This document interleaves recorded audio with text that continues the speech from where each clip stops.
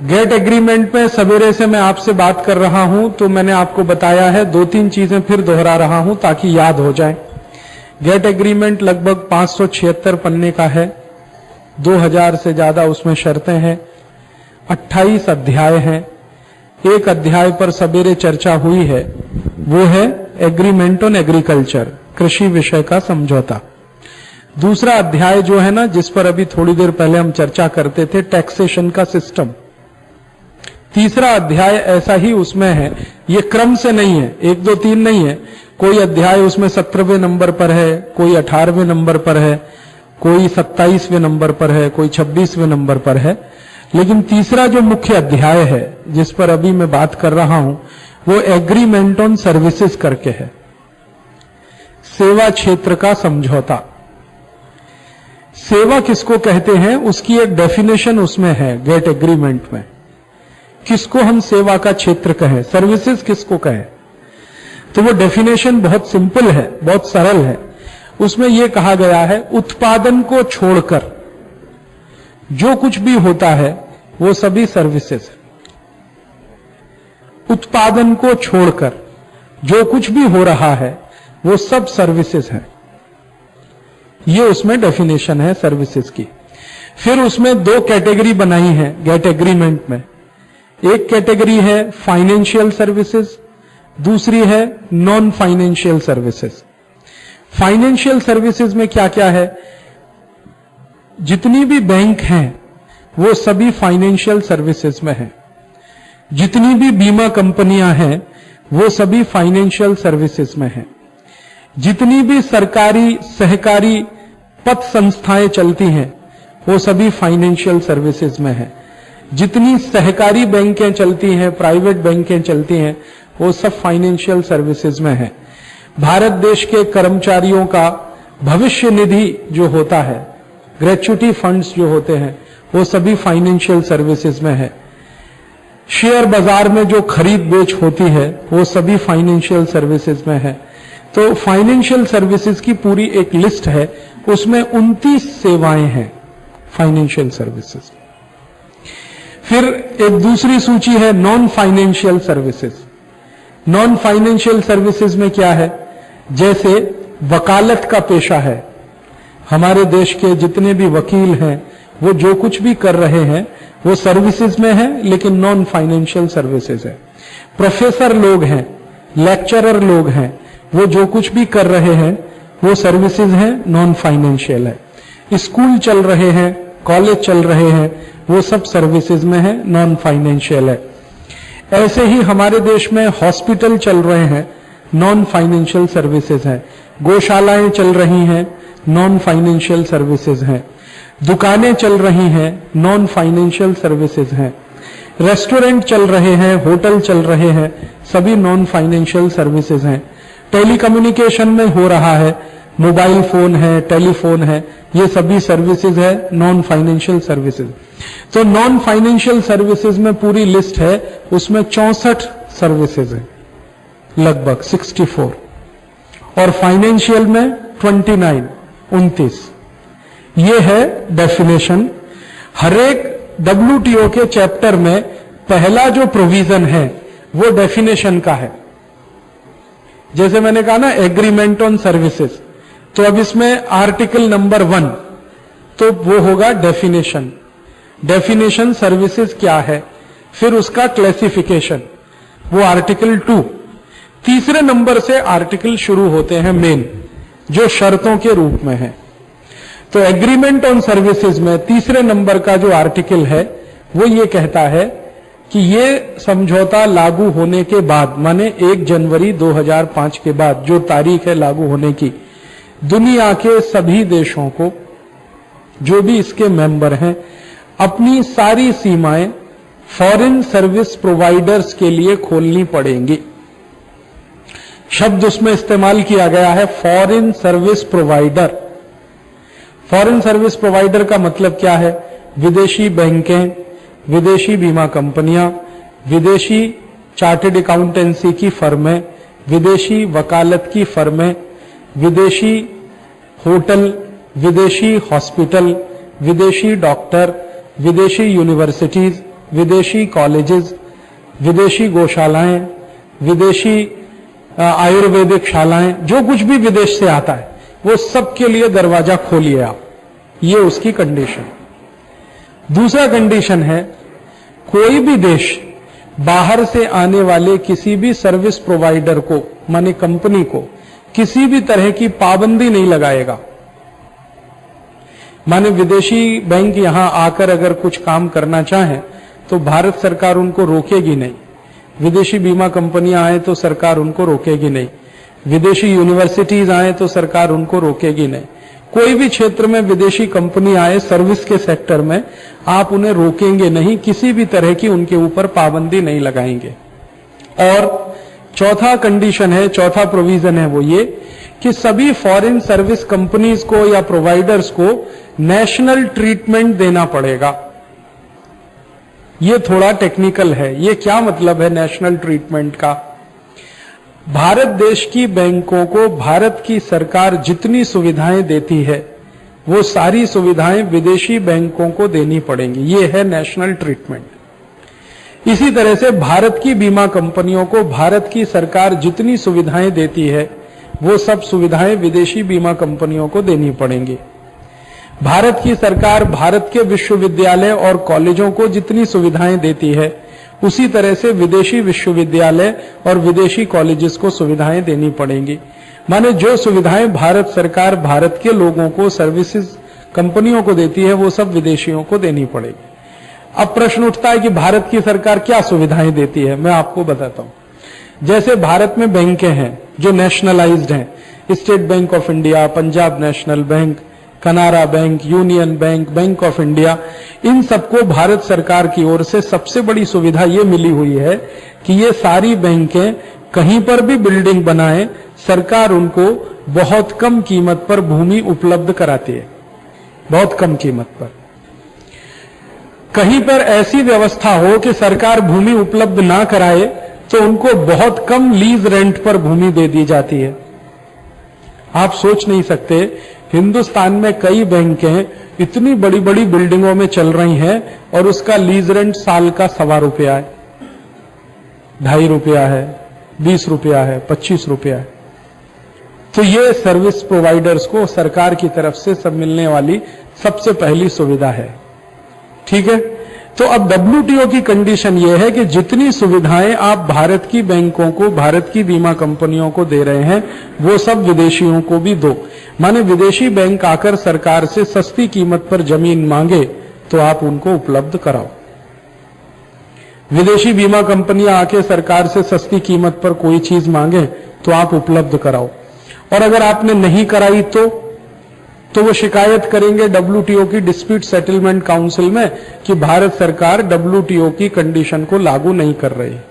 तो फिर वही चक्कर जो मैंने आपसे कहा, आपको पेनल्टी हो, पनिशमेंट हो और फिर वो सब शुरू हो जाए।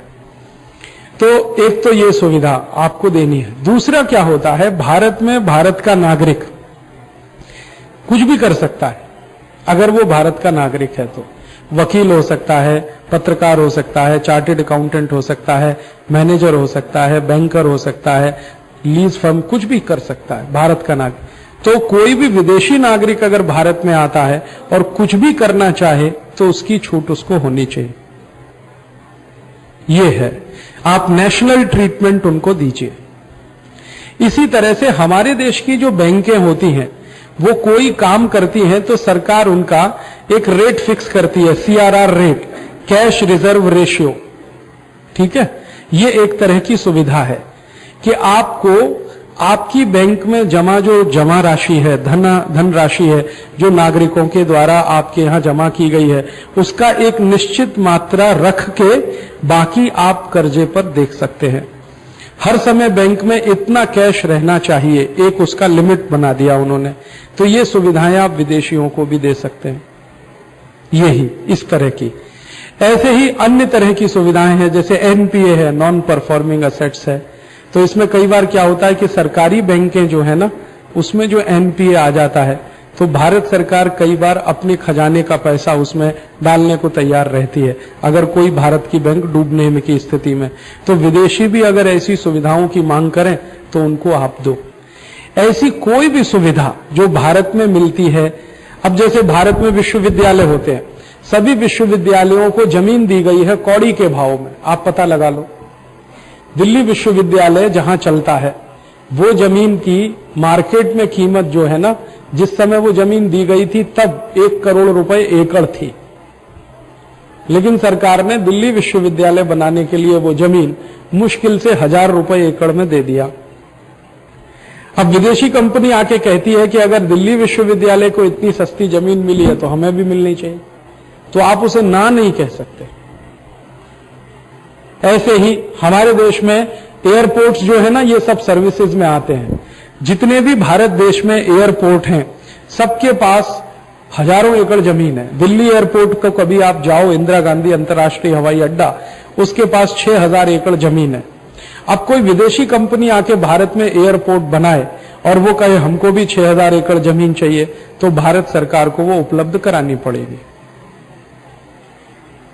ऐसे ही हमारे देश में बहुत सारी संस्थाएं हैं, सामाजिक संस्थाएं, वो सब सर्विसेज में आती हैं। जैसे गीता प्रेस गोरखपुर नाम की एक संस्था है, आप जानते हैं गीता प्रेस के बारे में, जो रामायण, रामचरितमानस, भगवत गीता छापती है। तो भारत सरकार की तरफ से उनको हाईली सब्सिडाइज रेट में कागज मिलता है, हाईली सब्सिडाइज रेट। तो कागज उनको बहुत सस्ता मिलता है, तो वो क्या करते हैं, वो भी बहुत ईमानदार लोग हैं, तो इतनी मोटी मोटी रामचरितमानस 450 500 पन्ने की 25 रुपए में दे देते हैं, 20 रुपए में दे देते हैं, उनको सस्ता कागज हो। अब कोई विदेशी संस्था आके कहे कि जी हमको बाइबल छापनी है, तो आप भी हमको सब्सिडाइज रेट में कागज दिलवाओ, तो सरकार उसको मना नहीं कर सकती, देना पड़ेगा। अगर आप गीता छपने के लिए सब्सिडाइज कागज दे सकते हैं, तो बाइबल छपने के लिए भी दो। कोई विदेशी कंपनी आके यहां पर कोई इस तरह की सर्विसेज शुरू करे, जैसे भारत में तमाम गौशालाएं चलती हैं, और गौशालाओं में कई जगह जमीनें सरकारों द्वारा दी गई हैं, बहुत कम रेट पर, नॉमिनल रेट पर, कहीं कहीं तो टोकन मनी पर जमीनें दी गई। अब कोई विदेशी कंपनी को यह ध्यान में आ जाए कि भारत में गौशाला के नाम पे जमीन मिलती है और वो यहां आके गौशाला चालू करे, तो आप उसे मना नहीं कर सकते, देना पड़ेगा आपको। तो सर्विसेज का जो एग्रीमेंट है, एग्रीमेंट ऑन सर्विसेज, वो इस तरह का है। इसी तरह से टेलीकम्युनिकेशन है। टेलीकम्युनिकेशन में क्या होता है कि ये जो BSNL है और भारत संचार निगम लिमिटेड, इसकी बहुत सारी प्रॉपर्टी सरकार के द्वारा दी गई है और फोकट में ऐसे ही दे दिया है सरकार। अब कोई विदेशी कंपनी आती है, एयरटेल आती है और ये दूसरी आती है, और वो ये कहना शुरू करे कि हमको भी ये मिलना चाहिए, तो सरकार उसको ना नहीं कह सकती। तो इस तरह से सर्विसेज के सेक्टर में कानून, वो नियम ऐसे हैं WTO के, कोई भी विदेशी सर्विस प्रोवाइडर भारत में आता है तो उसको हर वो छूट मिलनी चाहिए जो भारतीय सर्विस प्रोवाइडर को मिलती है। माने दोनों के साथ आप बराबर व्यवहार करेंगे। आप भारतीय सर्विस देने वाले को ज्यादा पसंद करें, ज्यादा मदद करें और विदेशी को कम, ये नहीं हो सकता। आपको दोनों के प्रति समान दृष्टि रखनी है। ये है WTO एग्रीमेंट की condition number 3, article number 3। Article 4 क्या कहता है? आर्टिकल 4 ये कहता है कि जो विदेशी सर्विस प्रोवाइडर किसी भी देश में जाएंगे, उनके जो प्रॉफिट्स हैं उस पर सरकार का कोई कंट्रोल नहीं होगा। जैसे विदेशी बैंक आके यहां मुनाफा कमाए, तो भारत सरकार उस पर कोई कंट्रोल नहीं कर सकती। माने भारत सरकार ये नहीं कह सकती विदेशी बैंकों को कि आप इतना मुनाफा मत कमाइए, ये भारत में जरूरत से ज्यादा है। या विदेशी बीमा कंपनी आके कोई मुनाफा कमाए तो आप उसे रोक नहीं सकते हैं, इतना मुनाफा मत कमाइए। और विदेशी सर्विसेज के काम में लगी हुई जो संस्थाएं हैं, उनके किसी भी तरह के रूल्स में, रेगुलेशंस में, गवर्नेंस में सरकार हस्तक्षेप नहीं कर सकती। जैसे मैं आपको एक उदाहरण दूं, हस्तक्षेप करने का मतलब क्या है। अभी थोड़े दिन पहले सुनामी भूकंप आया, आप सब जानते हैं, ये ताजा उदाहरण है तो आपको समझ में आएगा। सुनामी भूकंप आया तो हमारे देश की सरकार के प्रधानमंत्री ने भारत के तमिलनाडु के बैंकों को ये कहा, खासकर उन बैंकों को जो सुनामी प्रभावित एरिया में थे। सुनामी प्रभावित एरिया में 13 जिले हैं तमिलनाडु के, और पूरा एक राज्य है जो अंडमान निकोबार है। वहां पर कुछ 20-22 बैंकें हैं अंडमान निकोबार और थोड़ा पांडिचेरी में। तो प्रधानमंत्री महोदय ने सभी बैंकों को जो सुनामी प्रभावित एरिया में हैं, भारत की हैं, उनको आदेश दे दिया कि आप सुनामी प्रभावित लोगों को कम से कम ब्याज दर पर तत्काल कर्ज उपलब्ध कराओ। तत्काल, अभी कोई आए तो उसको दो, कागज वागज बाद में बनाओ, कर्ज देना है तुरंत दे दो। माने उन्होंने क्यों कहा? उन्होंने कहा कि मछुआरे थे जिनकी नावें चली गई, जाल चला गया, अब उनको जिंदगी दोबारा शुरू करनी है तो तकलीफ की स्थिति, इसलिए तत्काल आप कर्ज देना शुरू कर दो कम से कम ब्याज दर पर। तो इन्होंने कहा कम से कम ब्याज दर क्या हो सकती है? तो उन्होंने कहा कि भारत में जो घर बनाने के लिए ब्याज दर है उससे भी कम। तो घर बनाने के लिए इस समय 7.5-8% है, कितना है? तो प्रधानमंत्री ने 5-5.5% की ब्याज दर फिक्स करवा दिया और कहा कि इनको कर्ज देना शुरू कर दो और शुरू के 1 साल का ब्याज माफ कर दो। तो भारत की जो बैंकें हैं वो भारत के संविधान के तहत हैं और प्रधानमंत्री संवैधानिक उप प्रमुख हैं। संवैधानिक प्रमुख राष्ट्रपति होता है, उप प्रमुख हैं। तो भारत की कोई बैंक में हिम्मत नहीं है प्रधानमंत्री के वक्तव्य को ना कहे, माने भारत की हर बैंक को यह करना ही पड़ेगा। तो भारतीय बैंकों ने तत्काल वहां पर कर्ज बांटना शुरू कर दिया। ठीक है। एक दिन प्रधानमंत्री ने भारत की बीमा कंपनियों को कहा कि सुनामी प्रभावित क्षेत्र में जिनका भी बीमा था, LIC हो या GIC के द्वारा हो, वो तत्काल बीमा की राशि उनको बांट दी जाए, भले उनके पास कागज हो या ना हो। अगर वो क्लेम कर रहे हैं कि हमने बीमा कराया है और प्रीमियम भरा है और उनके कागज बह के चले गए हैं, तो आपके रिकॉर्ड्स चेक करो और उसमें मिल जाए तो तुरंत उनको बीमा का भुगतान करो। तो तुरंत बीमा कंपनियों ने अपने कैंप लगाना शुरू कर दिया, गांव-गांव में भुगतान शुरू हो गया, वो अभी भी चल रहा है। ये 2 उदाहरण। अब यही बात जब प्रधानमंत्री ने विदेशी बैंकों से कही, सिटी बैंक ऑफ अमेरिका भी है वहां पे, मद्रास में काम करता है और मद्रास में सुनामी भूकंप आया था। ANZ ग्रिंडलेज भी है मद्रास में, वो भी विदेशी है। स्टैंडर्ड चार्टर्ड भी है, वो भी विदेशी है। और प्राइवेट बैंकें भी हैं जो भारत की हैं, जैसे ICICI है, फिर उसके बाद ये है, कौन सी है? HDFC है। तो प्रधानमंत्री ने इनको एक चिट्ठी भेजा, कि आप भी इसी काम में लगो। तो जवाब पता है क्या हुआ? ये सभी बैंकों ने प्रधानमंत्री को वापस चिट्ठी भेज दिया, सॉरी, हम ये काम करने के लिए भारत में नहीं आए, वी आर सॉरी। माने विदेशी बैंकों ने तो सीधे मना कर दिया कि हम आपको ऐसी कोई सुविधा नहीं दे सकते, हम इसके लिए आए नहीं है यहां पे। ठीक है। और भारत की प्राइवेट बैंकों ने प्रधानमंत्री को कह दिया कि चूंकि विदेशी प्राइवेट बैंकें तैयार नहीं है, हम नहीं कर सकते क्योंकि हम उनसे कंपटीशन में पिछड़ जाएंगे। तो प्रधानमंत्री खिसे आके रह गए। अब प्रधानमंत्री में इतनी भी दम नहीं है कि उनको नोटिस दे और कहें कि भारत से भाग जाओ। मतलब क्या है? विदेशी बीमा कंपनियां या विदेशी बैंकें यहां आकर मुनाफा कमाएं, लूट के ले जाएं, वो तो रास्ते खुल गए हैं, लेकिन भारत को कभी जरूरत पड़ जाए उनकी मदद की तो उनसे आपको थोड़ी भी मदद मिलेगी ऐसी अपेक्षा ना करें। ये कंडीशन WTO में है। तो जब इन्होंने मना किया तो प्रधानमंत्री ने भारत सरकार के रिजर्व बैंक के गवर्नर को बुलाया और कहा कि इनको जरा कड़क शब्दों में कह दो कुछ। रिजर्व बैंक के गवर्नर ने उनको नोटिस जारी किए। उन बैंकों ने इससे भी ज्यादा कड़ी भाषा में जवाब दे दिया कि मिस्टर सो एंड सो, आप भूल रहे हैं कि भारत सरकार ने WTO पे साइन कर दिया है, सर्विसेज का एग्रीमेंट लागू हो गया है, उसमें सो एंड सो प्रोविजन में ये सब कंडीशन है, आप प्लीज पढ़ लीजिए, आप हमको बाध्य नहीं कर सकते ऐसे किसी भी काम के। तो भारत सरकार चुप होकर बैठ गई, अब दम नहीं है आगे बात कर। और उन्होंने यहां तक धमकी दे दिया कि अगर आपने हमको मजबूर किया तो हम डिस्प्यूट सेटलमेंट काउंसिल में आपकी शिकायत करेंगे। अब उनकी हिम्मत इतनी कैसे है ये सब कहने? उनके पीछे उनका देश है, माने अमेरिका, तो वो शिकायत करेंगे माने अमेरिका शिकायत करेगा। तो आप कल्पना ये कर सकते हैं कि हमारे देश में आई हुई विदेशी बैंक या विदेशी बीमा कंपनियां भारत के लोगों के पैसे से चलने वाली ये बैंक और बीमा कंपनियां जरूरत पड़ने पर भारत को वो पैसा उपलब्ध नहीं करा सकती जो आपके ही देश का है।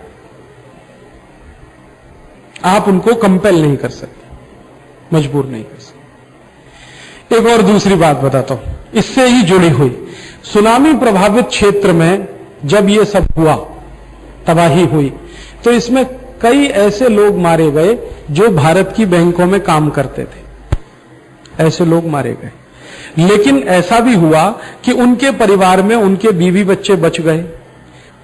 पुरुष मर गया, पति मर गया, बीवी बच गई, या बीवी मर गई, पुरुष बच गया, या बीवी माता पिता दोनों मर गए, बच्चे बच गए। ऐसा हुआ तो भारत के प्रधानमंत्री ने रिजर्व बैंक ऑफ इंडिया को निर्देश दिया कि जिन बैंकों के अधिकारियों के परिवार के लोगों की मृत्यु हुई है, उनमें उनका जो भी अगला नजदीकी हो उसको नौकरी दे दी जाए। तो तुरंत स्वीकृत हो गया।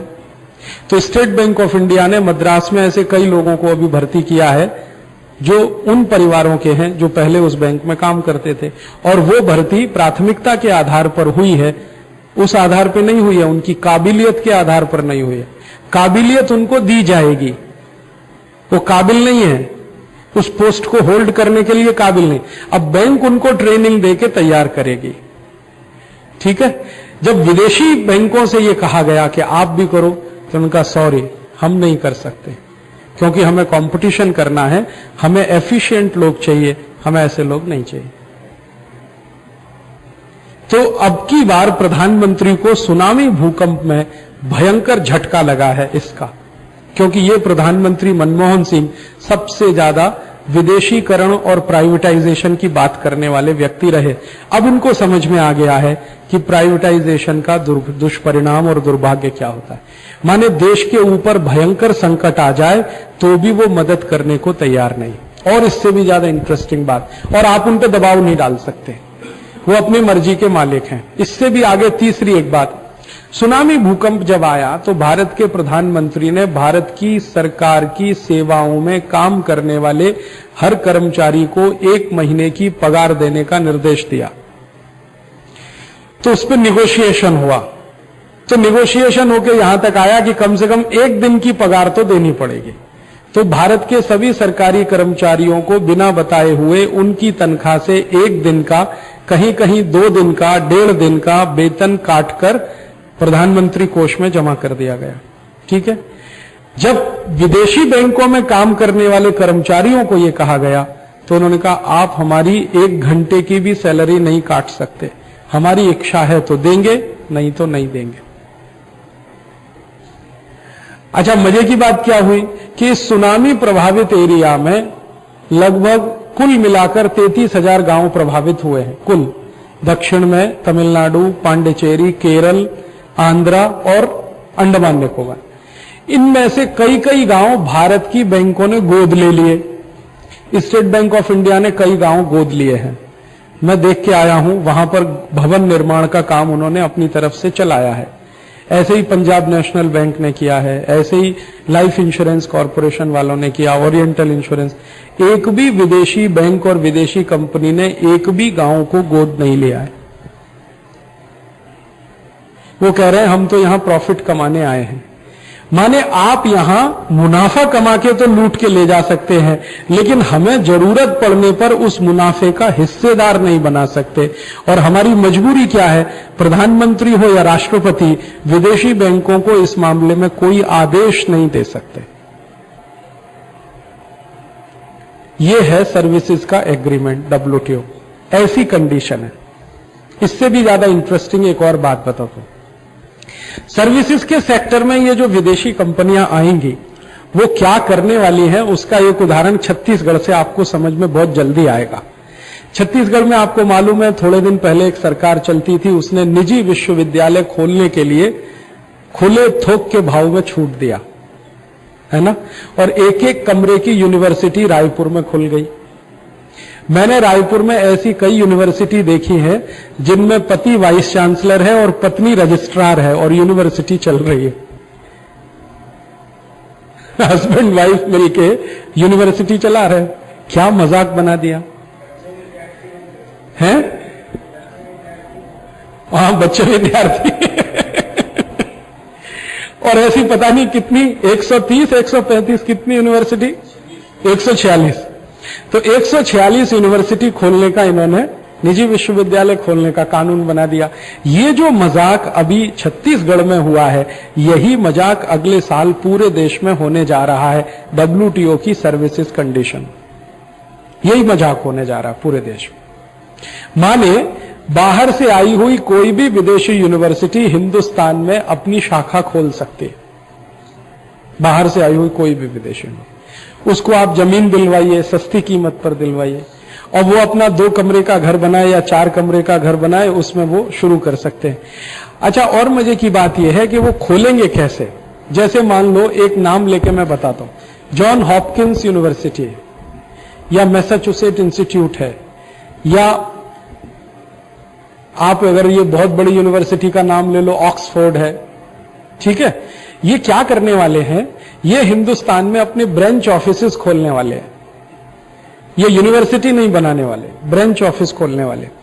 ब्रांच ऑफिस माने एक 20 बाई 20 का कमरा, अच्छा वेल फर्निश्ड, AC लगा हुआ वगैरह वगैरह। तो वो वहां खोल दिया उन्होंने, दिल्ली में, बंबई में, कलकत्ता में, मद्रास में, रायपुर में, जगह जगह खोल दिया। विद्यार्थियों को उन्होंने एक एडवर्टाइजमेंट दे दिया कि ऑक्सफोर्ड यूनिवर्सिटी का ब्रांच ऑफिस यहां खुल गया है, आपको अगर ऑक्सफोर्ड यूनिवर्सिटी में एडमिशन लेना है तो आइए, दरवाजे खुले हुए, $1 में फीस लाइए।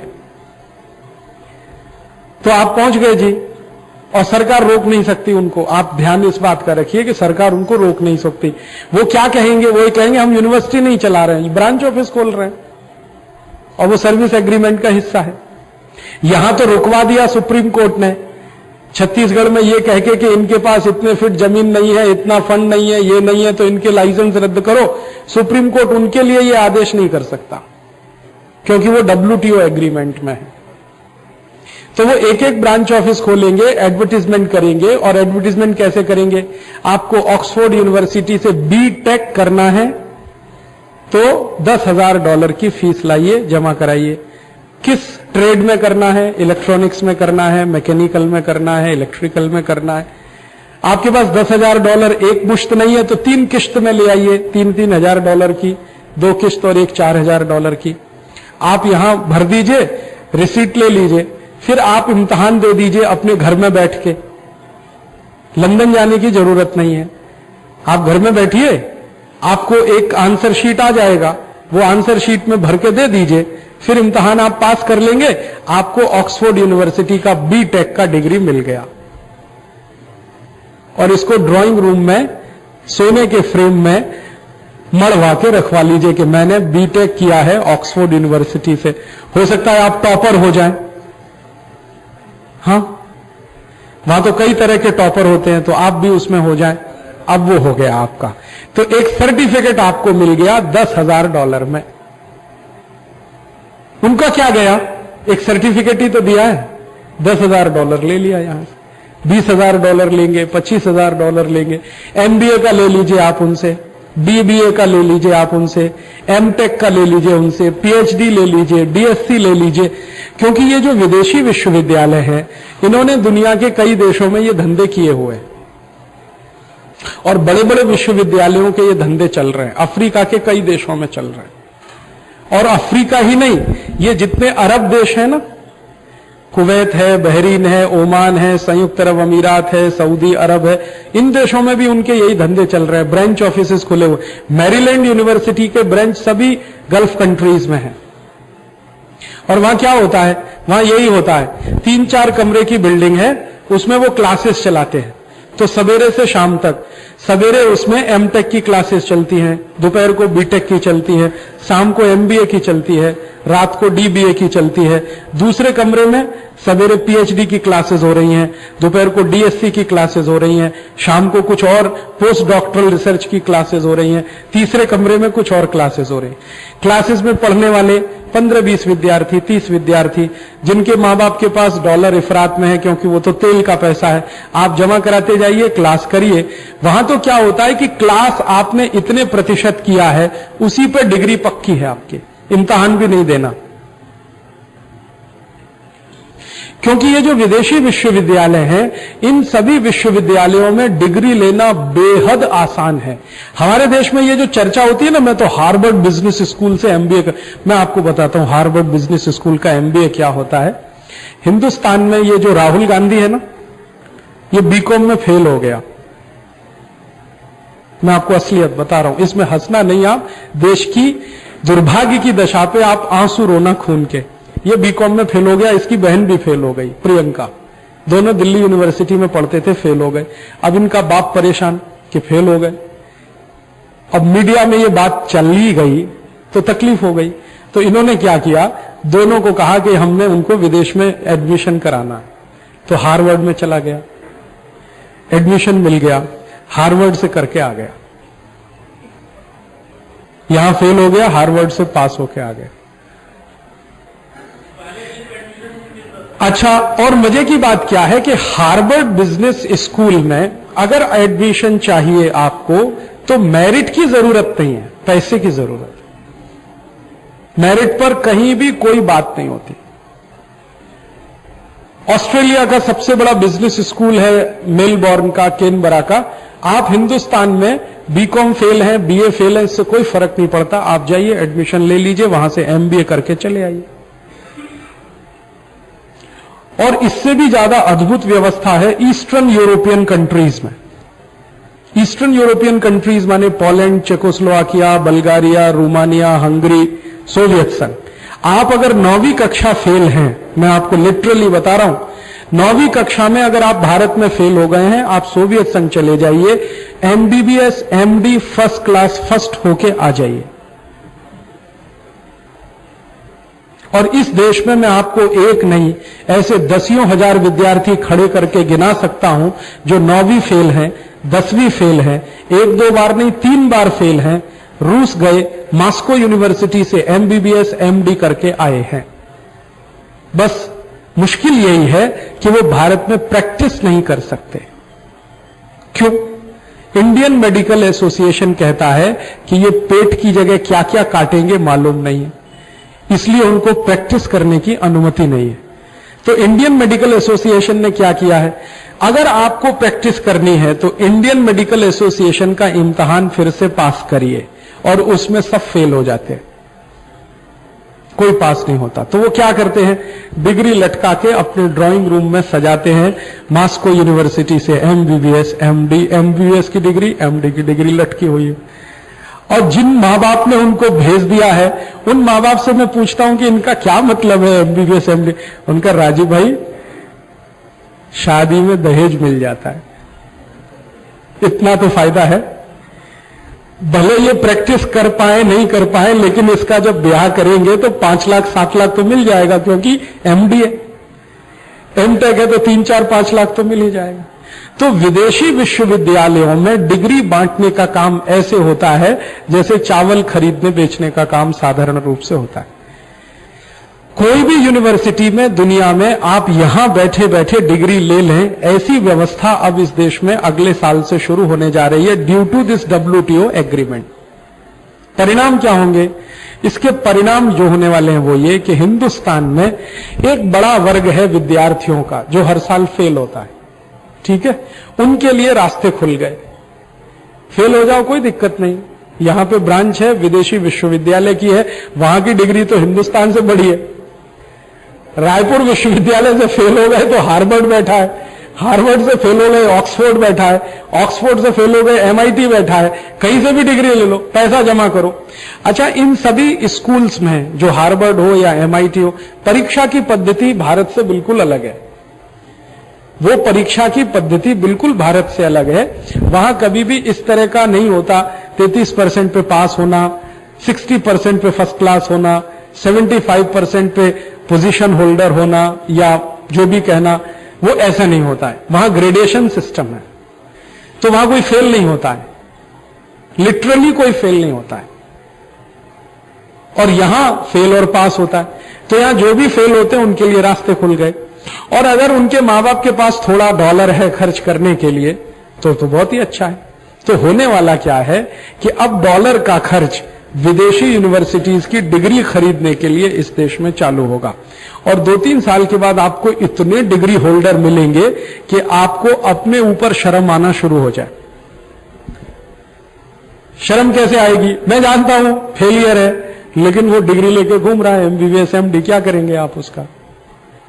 ज्ञान मिले या ना मिले, डिग्री आराम से मिल जाएगी। और इन यूनिवर्सिटीज का क्या लेना देना है? वो ये चाहते हैं कि यहां से जितना डॉलर कमा के ले जा सको ले जाओ। और ऐसी सॉफ्टवेयर में होने वाला है, ऐसी तमाम दूसरे शिक्षण सत्र में अगले साल से धुआंधार। भारत सरकार के आजकल एक मंत्री महोदय हैं, उनका नाम है अर्जुन सिंह, वो मानव संसाधन मंत्रालय, और आजकल शिक्षा उसी के अधीन है, एजुकेशन, हायर एजुकेशन सब।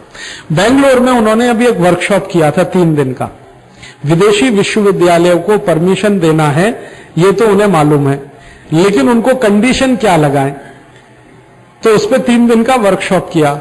मुझे भी इन्विटेशन था, आप भी आइए, हमको सुझाव दीजिए। मैं गया था उसमें। तो मैंने पहले ही दिन वर्कशॉप में कहा कि आप कंडीशन लगा ही नहीं सकते कुछ, WTO साफ कहता है। तो उनका हमें मालूम है, लेकिन आप हमको रास्ता बताइए कैसे बचें या कैसे बचाएं। मैंने कहा आप WTO एग्रीमेंट कैंसिल कर दीजिए। उन्होंने कहा ये हमारे बस में नहीं है, आप तो ये बताइए कि WTO के रहते हुए हम हिंदुस्तान में क्या उपाय करें ताकि ये विदेशी विश्वविद्यालयों के प्रभाव से हमको हमारे देश को हम बचा सकें। मैंने पूछा आपको चिंता क्या हो रही है? उन्होंने कहा मुझे चिंता ये हो रही है कि कल को अमेरिका की मैरीलैंड यूनिवर्सिटी दिल्ली में एक ब्रांच खोलने जा रही है, तो जितने विद्यालय माने विश्वविद्यालय में, JNU में, दिल्ली यूनिवर्सिटी में विद्यार्थी पढ़ने जा रहे हैं, ये जाएंगे नहीं, ये सब वहां चले जाएंगे, रजिस्ट्रेशन कराएंगे और घर बैठे डिग्री मिलेगी, घर बैठे इम्तिहान देंगे। उनको अमेरिका भी नहीं जाना है, उनको कहीं नहीं जाना है, तो हमारा JNU बंद हो जाएगा, हमारा दिल्ली विश्वविद्यालय बंद हो जाएगा, क्योंकि वहां तो पढ़ाई के बाद डिग्री मिलती है, इम्तिहान भी पास करना पड़ता है तब डिग्री मिलती है, यहां तो ऐसी फोकट में मिलने वाली है। तो मैंने कहा क्या प्रॉब्लम क्या है? JNU बंद हो जाए तो हो जाने दीजिए, दिल्ली यूनिवर्सिटी बंद हो जाए तो हो जाने दीजिए, IITs बंद होते हैं हो जाने दीजिए, आप तो चाहते ही हैं कि हर चीज का प्राइवेटाइजेशन हो जाए, हो जाने दीजिए बंद। तो उन्होंने कहा कि भाई देश तो डूब जाएगा। फिर मैंने पूछा कैसे डूब जाएगा? कि देश को चलाने के लिए कुछ अक्ल वाले लोग तो चाहिए, वो यहीं से निकलते हैं, वो तो निकलने ही बंद हो जाएंगे, फिर तो इस देश में सब लालू यादव और राबड़ी देवी ही आ जाएंगे, वो तो देश को बिहार की तरह चलाएंगे, तो क्या होगा? मैंने कहा अगर आपको इतनी ही चिंता है तो अपने प्रधानमंत्री से कहते क्यों नहीं कि WTO में फिर से निगोशिएशन शुरू कराएं और इन शर्तों को बदलवाएं। ये तो आप फालतू में विधवा विलाप कर रहे हैं, विधवा विलाप है। जब एग्रीमेंट साइन हो रहा था तब करना चाहिए था, कंडीशन पढ़ लेनी चाहिए थी। अब साइन हो गया है, आप कुछ कर नहीं सकते, अब मुझसे पूछ रहे हैं उपाय बताओ। साइन आपने किया, गू आपने किया, मुझसे कह रहे साफ करो, तो थोड़े नाराज हो गए। मैंने कहा देखिए इसमें नाराज होने की बात नहीं है, आप देश के बारे में अगर बहुत गंभीर हैं इन विषयों को लेकर तो सरकार के अंदर पुनः समीक्षा करवाइए WTO एग्रीमेंट की, वरना आप कोई कंडीशन इनके ऊपर नहीं लगा सकते। आपने कंडीशन लगाया, वो शिकायत करते हैं आपके खिलाफ। तो इस समय बहुत परेशान है। और परेशान उन्होंने, मैंने पूछा कितने यूनिवर्सिटीज का आ गया है आपके पास प्रपोजल, तो उनका 150 विदेशी विश्वविद्यालयों का प्रपोजल आ गया है। अब मुझे उनके लिए हर हालत में अगले 3 साल के अंदर जमीन उपलब्ध करानी है और कंसेशनल रेट पर उपलब्ध करानी है, 2 रुपए स्क्वायर फीट, 3 रुपए स्क्वायर फीट के हिसाब से। और एक स्कूल तो आ रहा है अमेरिका का, वो अड़ा हुआ है कि हमें बसंत एनक्लेव में जगह चाहिए, दिल्ली में बसंत एनक्लेव। बसंत एनक्लेव की आज की कीमत जो है ना 1 एकड़ की 10 करोड़ रुपए है। वहां वो स्कूल चाहता है, हमको जगह चाहिए और 2-3 रुपए स्क्वायर फीट में ये देनी पड़ेगी इनको। तो ये इससे थोड़ा परेशान है। तो मैंने उनसे मजाक में कहा आप तो आंख मींच के शुतुरमुर्ग की तरह करिए जो करना, आंख बंद करिए, हस्ताक्षर करते जाइए जैसे आपकी सरकार करती। ये स्थिति रियलिटी में आई है देश की। तो सर्विसेज के सेक्टर में WTO की कंडीशंस का लागू होना, बैंकों में, बीमा कंपनियों में, शिक्षा के क्षेत्र में कोई भी घुसेगा, कुछ भी करेगा। और यहां होने वाला क्या है, तमाशा ये होने वाला है, हिंदुस्तान एक ऐसा देश इस समय बना हुआ है जहां की शिक्षा व्यवस्था का सबसे बड़ा फेलियर क्या है कि हमने पढ़े लिखे बेरोजगारों की एक लंबी फौज खड़ी कर दी है इस देश में। पढ़े लिखे बेरोजगार। इस देश में आप अगर घूम जाएं पूरे देश में तो आपको 8-10 करोड़ नौजवान ऐसे मिल जाएंगे जो कम से कम ग्रेजुएट हैं, बीए हैं, बीकॉम है, बीएससी है, बीटेक है, एमबीबीएस है, कम से कम ग्रेजुएट हैं। ऐसे 8-10 करोड़ नौजवान मिल जाएंगे आपको। पढ़े लिखे बेरोजगारों की कर दी है फौज खड़ी। ये किसी काम पे लगी नहीं है। जब ये फॉरेन यूनिवर्सिटीज यहां घूमना शुरू होंगी तो वो इनको उल्लू बनाएंगे। उल्लू कैसे बनाएंगे? वो क्रैश कोर्स करवाएंगे, क्रैश कोर्स। और क्रैश कोर्स किस तरह से करवाएंगे? वो कहेंगे आपको गल्फ जाना है, हाँ जाना है, कौन मना करेगा, आइए 3 महीने के क्रैश कोर्स में ज्वाइन करिए। फीस है $1500, $2000, $3000, सब फीस डॉलर में लेंगे, क्योंकि सरकार उनको ये परमिशन देने जा रही है कि वो फीस अपनी डॉलर में ले सकते हैं। रुपए में फीस ना स्वीकार करें, ये उनको अधिकार होगा। तो फीस बनाएंगे $1500, $2000, $3000, $4000। सिखाएंगे क्या? सिखाएंगे ये कि गल्फ में कैसे रहना, कैसे काम करना। ये क्रैश कोर्स है, ठीक है। अब जैसे ही वो ये दरवाजे पे टांगेंगे, इराक में जाने के लिए, ईरान में जाने के लिए, सऊदी अरब में जाने के लिए, दुबई जाने के लिए, अबू धाबी जाने के लिए क्रैश कोर्स करिए। जैसे आजकल गांव गांव में है ना, अमेरिकन इंग्लिश बोलने के लिए क्रैश कोर्स करिए। कैसी भीड़ लगी रहती है। और अमेरिकन इंग्लिश के प्रति इतनी दीवानगी कैसे है? कॉल सेंटर खुल रहे हैं, तो कॉल सेंटर में कहीं कहीं गुंजाइश है। अब कॉल सेंटर में उतनी गुंजाइश नहीं है। मान लो 40 लोग चाहिए, तो 40,000 लोग क्रैश कोर्स में लगे हुए हैं अंग्रेजी बोलने के लिए। तो ऐसे ये क्रैश कोर्स शुरू करेंगे। हिंदुस्तान के जो लड़के लड़कियां हैं वो इतने भोले भाले सीधे साधे हैं। ऑक्सफोर्ड यूनिवर्सिटी की तरफ से क्रैश कोर्स हो रहा है, बड़ी ऊंची चीज है। चलो भैया, $2000 की भी फीस दो, $3000 भी दो, और उस क्रैश कोर्स में बस इतना ही सिखाएंगे, गल्फ में जाना तो कैसे रहना, वहां के नियम क्या हैं, कायदे क्या हैं, कानून क्या है, व्यवस्था कैसी है, डॉर्मेट्रीज में रहना पड़ता है तो कैसे रहना, बक्सा रखने की भी जगह नहीं मिलती है तो बिना बक्से के कैसे रहना, ये सब सिखाते हैं उसमें। एक बार मैं एक क्रैश कोर्स में गया, वो सिखा रहे थे कि दुबई में, अबू धाबी में जाना है, दिल्ली में चलता है। तो मैं बैठ गया उनके यहां पूरे दिन, सवेरे से शाम तक। तो वो यही सिखा रहे थे। दुबई अबू धाबी की हालत है बहुत खराब। ये जो हिंदुस्तानी जाते हैं ना काम करने के लिए मजदूर, आपको यहां लगता है कि बड़े मौज मजे में रहते हैं, मस्ती में, आप बहुत तकलीफ में आ जाएंगे ये जान के कि जो हिंदुस्तानी गल्फ में हैं उनमें 2% के पास अपना घर है बस। 98% डॉर्मेट्रीज में रहते हैं। डॉर्मेट्रीज माने लाइन के लाइन बने हुए दबड़े, दबड़े कहें, दड़बे कहें, बैरक्स, बैरक्स, बैरक्स, लाइन के लाइन बनी हुई बैरक्स। और बैरक्स में छोटे छोटे कमरे, और एक कमरे में 6-6 चारपाई। कमरे की size 8x8, 64 square feet, 70 square feet का कमरा, 6 चारपाई। कैसे आएगा? ट्रेन के डिब्बे में कैसे आता है? हाँ, 3 टायर स्लीपर क्लास देखा है, वैसे ही उनके यहां डॉर्मेट्रीज है। तो 3 टायर स्लीपर क्लास है। अब तकलीफ क्या आती है वहां पे? नीचे का जो है आखिरी बर्थ, उसी के नीचे सामान रखना है और 6 लोगों को रखना है। तो वो क्रैश कोर्स में समझाते हैं, भाई अपना बक्सा ऐसे रखना तो उसमें स्पेस कम कवर होगा, ज्यादा बक्सा लेके नहीं जाना, फिर अपने पास ज्यादा पहनने के कपड़े नहीं रखना, 2 ही जोड़े रखना, नहीं तो रखने की जगह नहीं है। अपना साबुनदानी कहां रखना, जब बाहर जाना तो साबुनदानी को बक्से में बंद करके जाना, क्योंकि बाकी की भी 6 साबुनदानियां वहां रखी हुई हैं। संडास और बाथरूम के लिए जाना है तो टाइम फिक्स कर लेना। हर एक आदमी को 5-5 मिनट सवेरे सवेरे अंदर जाना है तो 5 मिनट आपका फिक्स कर लेना। 5:55 पे आप जाओगे, 6 बजे वो जाएगा, 6:05 पे वो जाएगा, नहीं तो आपकी बस छूट जाएगी। बस छूट गई तो उस दिन की पगार कट जाएगी। ये है क्रैश कोर्स। और इसके लिए $1,500, $2,000, $3,000। आप सुनकर हैरान हो जाओगे, इतना पागलपन है दुबई जाने के लिए, अबू धाबी जाने के लिए कि लोग खेत बेच बेच के क्रैश कोर्स कर रहे हैं। मैं अभी थोड़े दिन पहले आंध्रा में गया। आंध्रा में एक जिला है कृष्णा।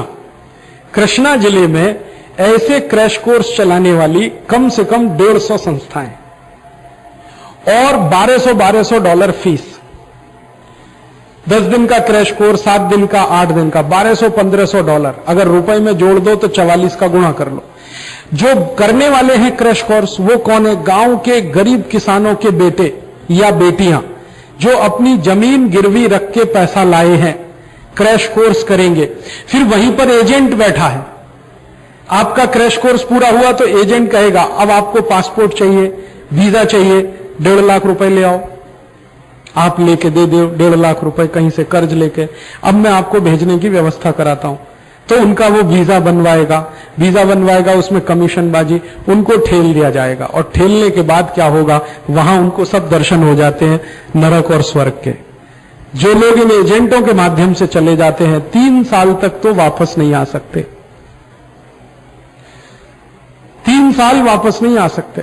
3 साल लगातार रगड़ना पड़ेगा। काम के घंटे सवेरे 7 बजे से शाम 7 बजे तक, 12 घंटे से कम काम नहीं। और पेमेंट कितना? दुबई में मुश्किल से 10 या 12 दिरहम मिलता है। 10 या 12 दिरहम मुश्किल से, 1 दिरहम में 12 रुपए कुछ पैसे है, तो 125 रुपए के आसपास मिलता है। खाना इतना महंगा कि उसमें कुछ बच नहीं सकता। और हॉस्पिटल की कोई सुविधा नहीं। बीमार पड़ जाओ तो वहां मैंने आंखों से देखा है, मर जाना सस्ता है, बीमार पड़ना मुश्किल है। बीमार पड़ो तो इलाज नहीं करा सकते, मर जाओ तो सस्ता है। और मर गए तो लाश यहां आना उससे भी ज्यादा महंगा है। डेड बॉडी नहीं आ सकती, आएगी तो आपके घर के गहने बिक जाएंगे। तो मुझे डर जो लग रहा है वो ये कि ये जो विदेशी यूनिवर्सिटीज आ गई और इन्होंने चालू किया अपना धंधा, ये गांव गांव में बोर्ड टांगेंगे, दुबई जाना है, अबू धाबी जाना है, मेलबोर्न जाना है, कैनबरा जाना है, न्यूयॉर्क जाना है, न्यू जर्सी जाना है, कोई पेरिस जाएगा, कोई वो मॉन्ट्रियल जाएगा, तो कोई कहीं जाएगा। और हिंदुस्तानियों में एक भयंकर क्रेज है विदेश का। वास्तविकता से दूर हम ये मान के बैठे हैं कि दुनिया का सारा स्वर्ग वही है, अमेरिका में, जर्मनी में, फ्रांस में। ये अमेरिका में भी जो सॉफ्टवेयर इंजीनियर जाते हैं ना, 98% सॉफ्टवेयर इंजीनियर डॉर्मेट्रीज में रह रहे हैं। सिर्फ 2% के पास अपना फ्लैट है। वो बताते नहीं है, ये अलग बात है, क्योंकि यहां बेइज्जती होती है। और मुश्किल एक और है कि आप फंस गए अगर इस जो चक्र में और वहां पहुंच गए तो जॉब की कोई सिक्योरिटी नहीं है। आज तक काम कर रहे थे, कल सवेरे सैलरी का पैकेट देके, एक चिट्ठी देके रवाना कर देगा, अब नहीं आना। आप ना अदालत में जा सकते हैं, ना कहीं कानून की लड़ाई लड़ सकते हैं। फिर आप क्या करिए? दूसरी कोई नौकरी ढूंढिए। तो होटल में पानी पिलाने की मिले तो पानी पिलाइए, बर्तन घिसने की मिले बर्तन घिसिए, पैकेट बांधने की नौकरी मिले तो पैकेट बांधिए। और यहां मम्मी पापा को कहिए कि मैं बहुत खुशी में हूं, बहुत मजे में हूं, मैंने MBBS कर लिया था, अब मैं यहां पर एक डॉक्टर के यहां काम करता हूं। डॉक्टर का काम क्या करता है? इंजेक्शन लगाने का। ये होता है। और यहां उनके मां बाप छाती चौड़ी करके, मेरा बेटा अमेरिका में है, क्या कर रहा है ये नहीं मालूम है, अमेरिका में रह कैसे रहा है ये नहीं मालूम है, अमेरिका में मेरा बेटा दुबई में है, मेरा बेटा अबू। ये जो हिंदुस्तानियों में मानसिक गुलामी आज भी बसी हुई है, विदेशियों के प्रति आकर्षण, इसका वो भयंकर एनकैशमेंट कराने वाले। और ऐसे ऐसे फ्रॉड होंगे इस देश में जिसकी आप कल्पना नहीं कर सकते। ऐसे ऐसे फ्रॉड। कोई एक संस्था आएगी, वो कहेगी कि हम मैसाचुसेट्स इंस्टीट्यूट ऑफ टेक्नोलॉजी के साथ एफिलिएटेड हैं। आपके पास कोई रास्ता नहीं है क्रॉस वेरिफिकेशन करने का, और हमको आदत भी नहीं है। उन्होंने कहा हमारा एफिलिएशन MIT के साथ है, हमारी डिग्री MIT वाली है, आप आ जाओ, भर्ती हो जाओ। 1 साल के बाद पता चला उन्होंने 1.5-2 लाख $3 लाख इकट्ठा किए, भाग लिए। अब सरकार जो है परेशान है। FIR आप कराते रहिए, ढूंढने के लिए सरकार जाएगी। वो अमेरिका भाग गए, तो सरकार की ताकत नहीं है कि अमेरिका से गिरफ्तार करा के लाए और हिंदुस्तान में मुकदमा चलाए। ऐसे फ्रॉड होंगे, क्योंकि एजुकेशन जो यूरोप और अमेरिका में है वो बिजनेस है, व्यापार है, वो ज्ञान देने का साधन नहीं है। वहां तो सारे प्रोफेसर्स कहते हैं अगर आपको ज्ञान लेना है तो एजुकेशन की जरूरत नहीं है, ज्ञान तो ऐसे ही मिलता है। इस एजुकेशन में आना, ये तो डिग्री देती है, सिर्फ ज्ञान से इसका कोई लेना देना नहीं। और ये जो विदेशी एजुकेशन सिस्टम है, इसका अगर टेस्टिंग करना हो तो दुनिया के सारे एक्सपर्ट्स की रिपोर्टें आप उनको पढ़ें तो आपको हंसी आएगी। वो ये कहते हैं कि यूरोपियन एजुकेशन सिस्टम में पढ़े हुए विद्यार्थी अमेरिकन एजुकेशन सिस्टम में पढ़े हुए विद्यार्थी लोएस्ट आईक्यू के हैं। लोएस्ट आईक्यू के, दुनिया में सबसे कम आईक्यू अगर किन्हीं लोगों का है तो अमेरिकन स्टूडेंट्स का है, सबसे कम आईक्यू। और उसका अगर टेस्ट करना है तो कुछ इस तरह से होता है। एक बार मैं ऐसे ही एक अमरीकी व्यक्ति से बात कर रहा था दिल्ली में। मेरा एक दोस्त है जेएनयू में प्रोफेसर है इकोनॉमिक्स में, उसके पास एक स्टूडेंट आता है पीएचडी में, गाइड उसने बना रखा है, वो पीएचडी कर रहा है, लंदन स्कूल ऑफ इकोनॉमिक्स से है, अमेरिकन। तो ऐसी बात कर रहा था तो मैंने ऐसे मजाक में कह दिया कि ये अमेरिकन तो आईक्यू में बहुत नीचे हैं। उसने कहा हाँ हाँ मेरे सामने बैठा है, बात करके देख लो। तो हम और वो हिंदी में बात कर रहे थे, वो समझ नहीं रहा था। तो उसने कहा मैं इसका टेस्ट ले लूं? मैंने कहा ले लो। मैंने कहा तुम ले लो। नहीं, उनका तुम पूछो ना, इससे एक सवाल तुम्हें पता चल जाएगा इसका आईक्यू क्या। मैंने उसको एक सिंपल क्वेश्चन पूछा, आर यू हैप्पी? तुम खुश हो? उसने कहा just I will check it. आप हंसना इसमें बाद में। उसने कहा just I will check it. मैंने कहा how do you check it? तो उसने अपना वो निकाला, ये जो लैपटॉप निकाला, एक प्रोग्राम निकाला, उसमें फीडिंग करना चालू किया। तो उसमें एक प्रोग्राम है अमेरिका में, उसके कुछ वो हैं पैरामीटर्स हैं। आप हैप्पी हैं तो ये होना चाहिए। वहां तो सब कुछ रेडीमेड है ना, तो आप खुश हैं तो ये होता है तो आप खुश। उसने भरना चालू कर दिया उसमें। अंत में उसने क्लिक किया, no I am not happy. PhD कर रहा है वो, हाँ, और टॉपर है। ये स्थिति है। और इससे भी बुरे हाल है जापानियों के, इससे भी बुरे हाल है जापानियों के।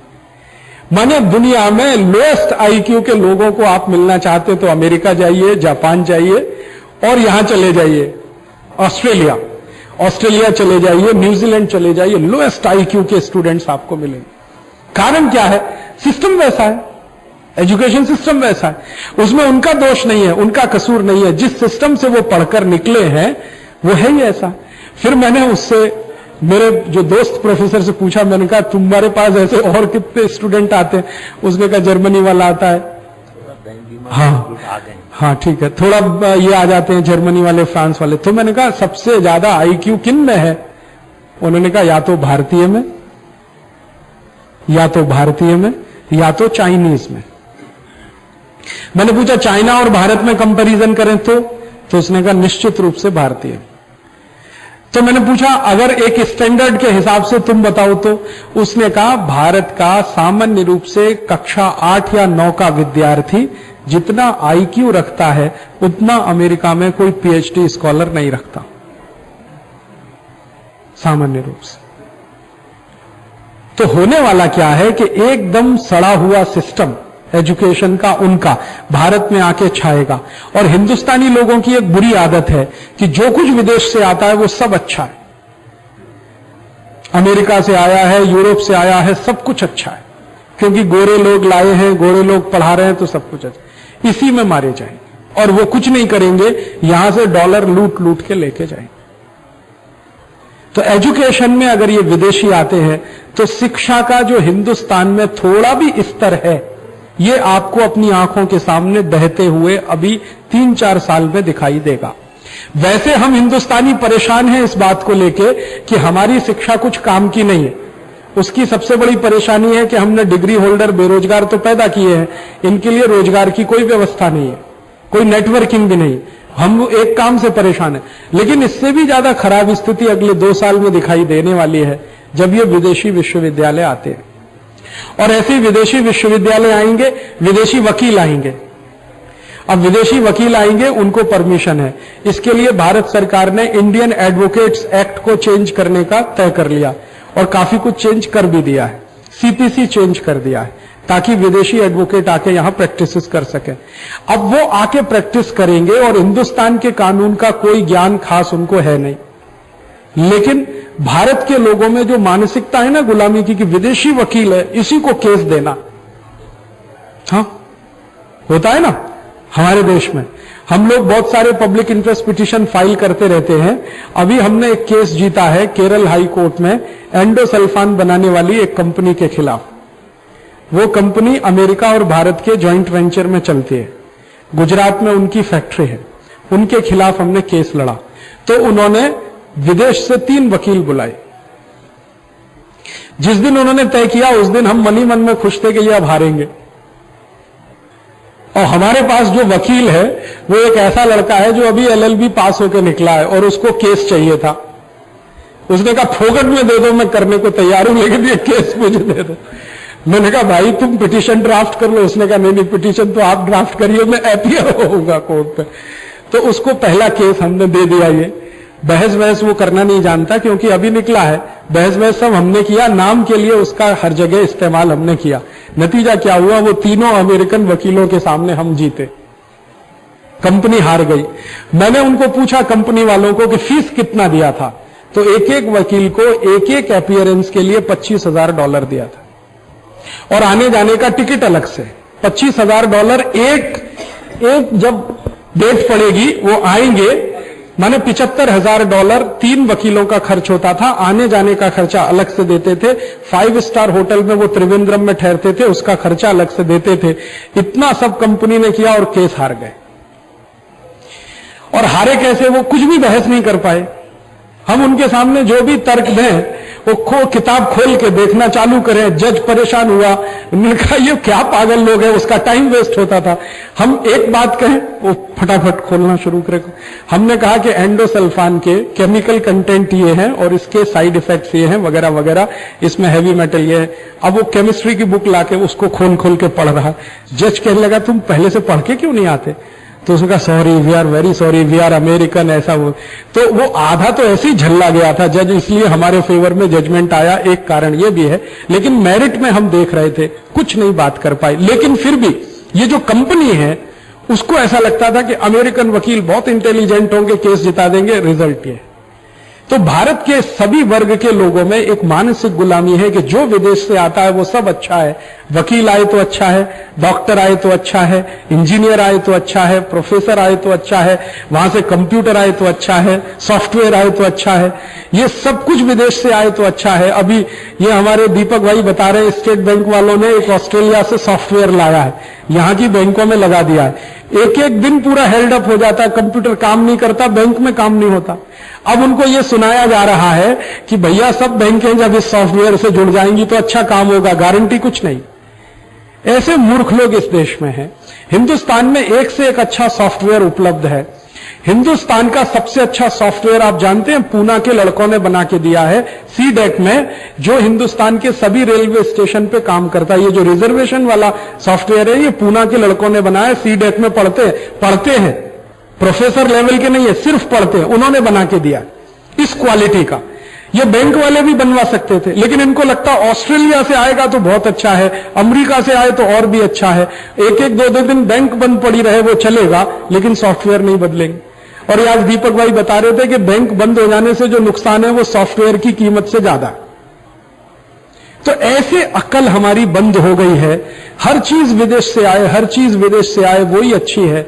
ये जो मानसिकता है इसका दुष्परिणाम यहां सर्विसेज में दिखाई देगा, और वो दुष्परिणाम अभी थोड़ा थोड़ा दिख रहा है।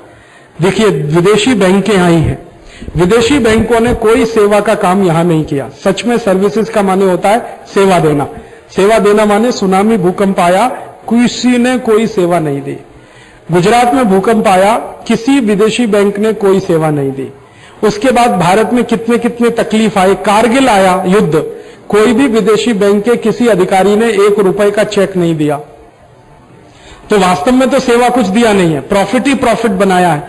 इन विदेशी बैंकों की क्या स्थिति हो गई है, साधारण से विदेशी बैंकों की मैं बताता हूं। सिटी बैंक ऑफ अमेरिका 12 साल पहले आया, एक ब्रांच उनकी थी, बेंगलोर से शुरू हुई। आज 12 साल में उनकी हिंदुस्तान में 178 ब्रांचें हो गई। और जब आए थे तो डिपॉजिट कुछ नहीं था, आज उनका टोटल डिपॉजिट हिंदुस्तान के पंजाब नेशनल बैंक के बराबर आ गया। स्टेट बैंक से तो नीचे है, लेकिन पंजाब नेशनल बैंक के बराबर। कैसे आया? हिंदुस्तान का वो क्लास जो ये मानता है कि जो भी विदेशी आएगा वो अच्छा है, उसने अपने बैंक अकाउंट शिफ्ट कर दिए सिटी बैंक ऑफ अमेरिका में। और हिंदुस्तान में एक क्लास ऐसा भी है जो ये मानता है कि विदेशी बैंकें अच्छी सर्विसेज देती हैं। अच्छी सर्विसेज का माने क्या होता है? वहां एक लड़की बैठी है रिसेप्शन पे, ऊपर से कपड़े कम है, नीचे से भी कपड़े कम है, वो मुस्कुरा रही है, तो अच्छी सर्विसेज। ये डेफिनेशन है हमारे देश में अच्छी सर्विसेज का। ऊपर भी कपड़े कम, नीचे भी कपड़े कम, काउंटर पे बैठी है, मुस्कुरा रही है, मुस्कुरा के आपका, भले ही वो नकली मुस्कुराहट है, अंदर से कुछ भी नहीं है, लेकिन सर्विसेज बहुत अच्छी दे रही है, जोरदार है। एक वर्ग तो है ही हिंदुस्तान का जो थोड़ी लंपटता में फंसा हुआ है, पैसा उसके पास आ गया, चलो भैया सिटी बैंक में खाता खोलो, कम से कम उसका दर्शन तो होता रहेगा। बैंक में जाएंगे, कुछ नहीं करेंगे, तो आते जाते उसका दर्शन करते रहे। फिर दूसरी सर्विसेज का मतलब, वो फोन पे आपको बोल रहे हैं, आपका हालचाल पूछ रहे हैं, आप इसी में गदगद हैं, देखो हालचाल तो पूछ रहे हैं कम से कम। ये हिंदुस्तानी बैंक वाले तो इतने निकम्मे हैं, कभी पूछते ही नहीं है कि हम बीमार हैं, कि सर्दी हो गई, कि जुकाम हो गया, वो हालचाल पूछ रहे हैं। और सर्विसेज का मतलब, एक विदेशी बैंक ने आजकल धंधा शुरू किया है, आप अगर उनके कस्टमर हैं तो आपका टेलीफोन बिल वो जमा करा देंगे, आपका इलेक्ट्रिसिटी बिल वो जमा करा देंगे, आपके बच्चों के एडमिशन करवाने हो और उनकी फीस भरनी हो तो वो करवा देंगे, आपको सब्जी बाजार से सब्जी मंगवानी हो तो वो मंगवा देंगे, उसके लिए थोड़ा सर्विस दे दीजिए, चार्ज दे दीजिए। तो हम कह रहे हैं बहुत अच्छी सर्विसेज है। माने हम कुछ ना करें, हमारे छोटे छोटे काम वो करना शुरू कर दे, भले उसके लिए जेब काटते रहे, हमारे अकाउंट काटते रहे, हम बोलते हैं जी सर्विसेज बहुत अच्छी है उनकी। सर्विसेज की ये डेफिनेशन है। ये इसके गंभीर डेफिनेशन में कभी हम जाते नहीं कि कल को वो सब धंधा चौपट करके हिंदुस्तान से लूट के ले जाए आपका जमा धन, तो क्या करेंगे? सिटी बैंक ऑफ अमेरिका ने एक बहुत बड़ा स्कैम इस देश में किया है, हर्षद मेहता घोटाला। सिटी बैंक घोटाला था, नाम हर्षद मेहता घोटाला। उसने क्या किया कि हिंदुस्तान के लोगों के खून पसीने की कमाई का पैसा जो सिटी बैंक में जमा था, वो हर्षद मेहता के थ्रू शेयर बाजार में लगवा दिया, और बाजार डूब गया। डूब नहीं था, क्योंकि विदेशी कंपनियों का नियम है, बाजार को एक लिमिट तक चढ़ाते हैं, फिर गिराते हैं, लूट के ले जाते हैं, तो डुबो दिया, पैसा डूब गया। सरकार ने इंक्वायरी कराई, इंक्वायरी में समझ में आया कि सिटी बैंक ने सारा किया है। उस समय फाइनेंस मिनिस्टर थे यही मनमोहन सिंह। इनको पूछा गया कि इंक्वायरी में जब आपको पता चला है कि सिटी बैंक ने ये किया, आप क्या एक्शन लेंगे? तो उनका एक्शन तो लेना चाहिए, लेकिन हम लेंगे नहीं। क्यों? कि इससे गलत मैसेज जाएगा। माने सिटी बैंक ने फ्रॉड किया, उस फ्रॉड के खिलाफ भारत सरकार को एक्शन लेना पड़े तो इससे गलत मैसेज जाएगा। तो सही मैसेज क्या होता है? वो फ्रॉड करते रहे और आप उनको परमिशन देते रहो। हिंदुस्तान में सबसे बड़ा फ्रॉड जिस विदेशी बैंक ने कर दिया वो सिटी बैंक। हजारों करोड़ रुपए लोगों का डूब गया वो सिटी बैंक के कारण। सरकार आज तक उसके खिलाफ कार्यवाही करने को तैयार नहीं। और इसी देश की बैंक ने अमेरिका में छोटा सा एक गलती कर दिया था तो उनको इतना तड़ी मारा है, इतना जबरदस्त उनसे कंपेंसेशन ले लिया, हाथ पैर हिल गए सबके। सरकार उस पर भी बोलने को तैयार है। तो ये विदेशियों के हाथ में सब कुछ देते चले जाना, अपनी बैंकों को, अपनी बीमा कंपनियों को। और मुझे सबसे बड़ा दुख ये होता है कि भारत में ये जो विदेशी बैंकें हैं, मैंने लगभग 3-4 महीने पहले एक इसका वो बनाया था पूरा, ये स्टैंडर्ड चार्टेड, सिटी बैंक, ये बैंक ऑफ इंग्लैंड जो भारत में बिल्कुल तैयार बैठी है घुसने के लिए, ऐसी ऐसी बैंकों का प्रोजेक्शंस क्या है? तो वो ये कहते हैं कि हिंदुस्तान एक ऐसा देश है जो दुनिया में हाईएस्ट सेविंग वाला है। उनके प्रोजेक्शंस क्या है भारत के? वो कहते हैं कि यहां सेविंग्स बहुत है।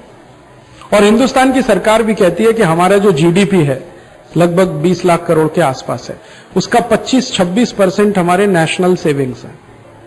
माने हर साल हम हिंदुस्तान के लोग 5 से 6 लाख करोड़ रुपए की बचत करते हैं हमारे जीडीपी के हिसाब से। ये बचत पर उनकी नजर है। वो ये कहते हैं कि हिंदुस्तानी लोग ये बचत कहीं तो रखेंगे, तो कहीं रखने में सबसे बड़ा है बैंक, बाद में आती है बीमा कंपनियां, बाद में आती हैं और दूसरी सर्विसेज।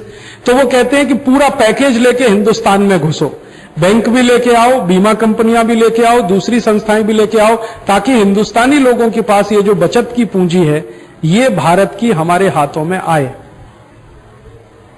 और उस पर उनको भरपूर प्रॉफिट। भरपूर प्रॉफिट कैसा? वो आपकी ही बचत आपके ही देश में इन्वेस्ट कराते जाएं और उस पर से जो मुनाफा निकालते जाएं, वो भी बहुत है। और मैं तो कई बार ये हिसाब देखता हूं कि वो कुछ ना करें, भारत में आके अपने ऑफिस ही खोलें और वहां से पैसा लाके यहां रखना शुरू कर दें, तो यहां जो सेविंग्स के रेट हैं वो उनसे 4 गुने ज्यादा है। 1.5-2% के जो सेविंग्स रेट है सामान्य रूप से, वो यहां 5-5.5-6% है। तो वहां से पैसा लाना, भारत में रखना, तो इसी में कमाई है। घाटा क्या है आप बताओ? वहां 1.5% देना है, 2% देना है, यहां 5-5.5% मिल रहा है। 3% का फायदा तो बहुत बड़ा फायदा होता है बैंकिंग सेक्टर में, हजारों करोड़ में होता है वो तो हमारी ही सेविंग से मुनाफा कमा के लूट के ले जाएं, और हमने जो उनको दे रखा है जमा रखने के लिए, वो जरूरत पड़ने पर हमारे देश के काम ना आए। अभी सुनामी में जरूरत थी, मना कर दिया उन्होंने। गुजरात भूकंप में जरूरत थी, मना कर दिया उन्होंने। कारगिल युद्ध में जरूरत थी, मना कर दिया। तो ऐसे ग्लोबलाइजेशन, लिबरलाइजेशन का फायदा क्या, जो देश को 1% भी मदद नहीं करे कहीं भी। अब इसमें सबसे बड़ा जो कुतर्क चल रहा है हिंदुस्तान में विदेशी कंपनियों के और सर्विसेज के फेवर में, कि भारत की बैंकिंग सेक्टर या भारत की इंश्योरेंस कंपनियां सर्विसेज नहीं देती है। ये एक हवा चली है और ये हवा बहुत तेजी से चली है। इस हवा में अच्छे अच्छे लोग प्रभावित हैं। अच्छे अच्छे से मतलब हमारे साथ रात दिन काम करने वाले कार्यकर्ता भी इस हवा में प्रभावित है। विदेशी बैंकें बहुत सर्विसेज देती हैं, ये कभी ध्यान नहीं देते कि सर्विसेज क्या देती है। जैसे मैंने थोड़ी देर पहले आपसे कहा कि सुनामी भूकंप में जितने लोग मरे, हमारे प्रधानमंत्री ने कहा कि इनको बैंकों में नौकरी दे दो, इनके परिवार के जिंदा बचे हुए लोग। कोई विदेशी बैंक देने को तैयार नहीं, भारत की बैंकें दे रही। और कई बैंकों में मैं जाके आया, अंडमान में लायकियत नहीं है, उनका बेटा या बेटी 18-20 साल के हैं, लेकिन 9वीं पास भी नहीं है, 10वीं पास भी नहीं है, फिर भी बैंकों ने रख लिया। चलो चपरासी का काम तो करेगा, लेकिन चपरासी की भी पगार महीने की 6,000 रुपए, तो 6,000 रुपए जिंदगी भर के लिए फिक्स हो गया। उनकी ट्रेनिंग करा रहे, नौकरी दे दी उनको, जो एक भी विदेशी बैंक देने को तैयार। तो हम कहते हैं उनकी सर्विसेज अच्छी है। क्या सर्विसेज अच्छी है? बस यही ना कि वो एक लड़की बैठी है उनके रिसेप्शन पे कम कपड़े पहने हुए जो मुस्कुराती रहती है, ये सर्विसेज थोड़ी होती है। सर्विसेज ये होती है कि जरूरत पड़ने पर हिंदुस्तान के हजारों लोगों को नौकरी दे दिया उन्होंने। इंश्योरेंस वाले एडजस्ट कर रहे हैं, बैंकिंग वाले एडजस्ट कर रहे हैं।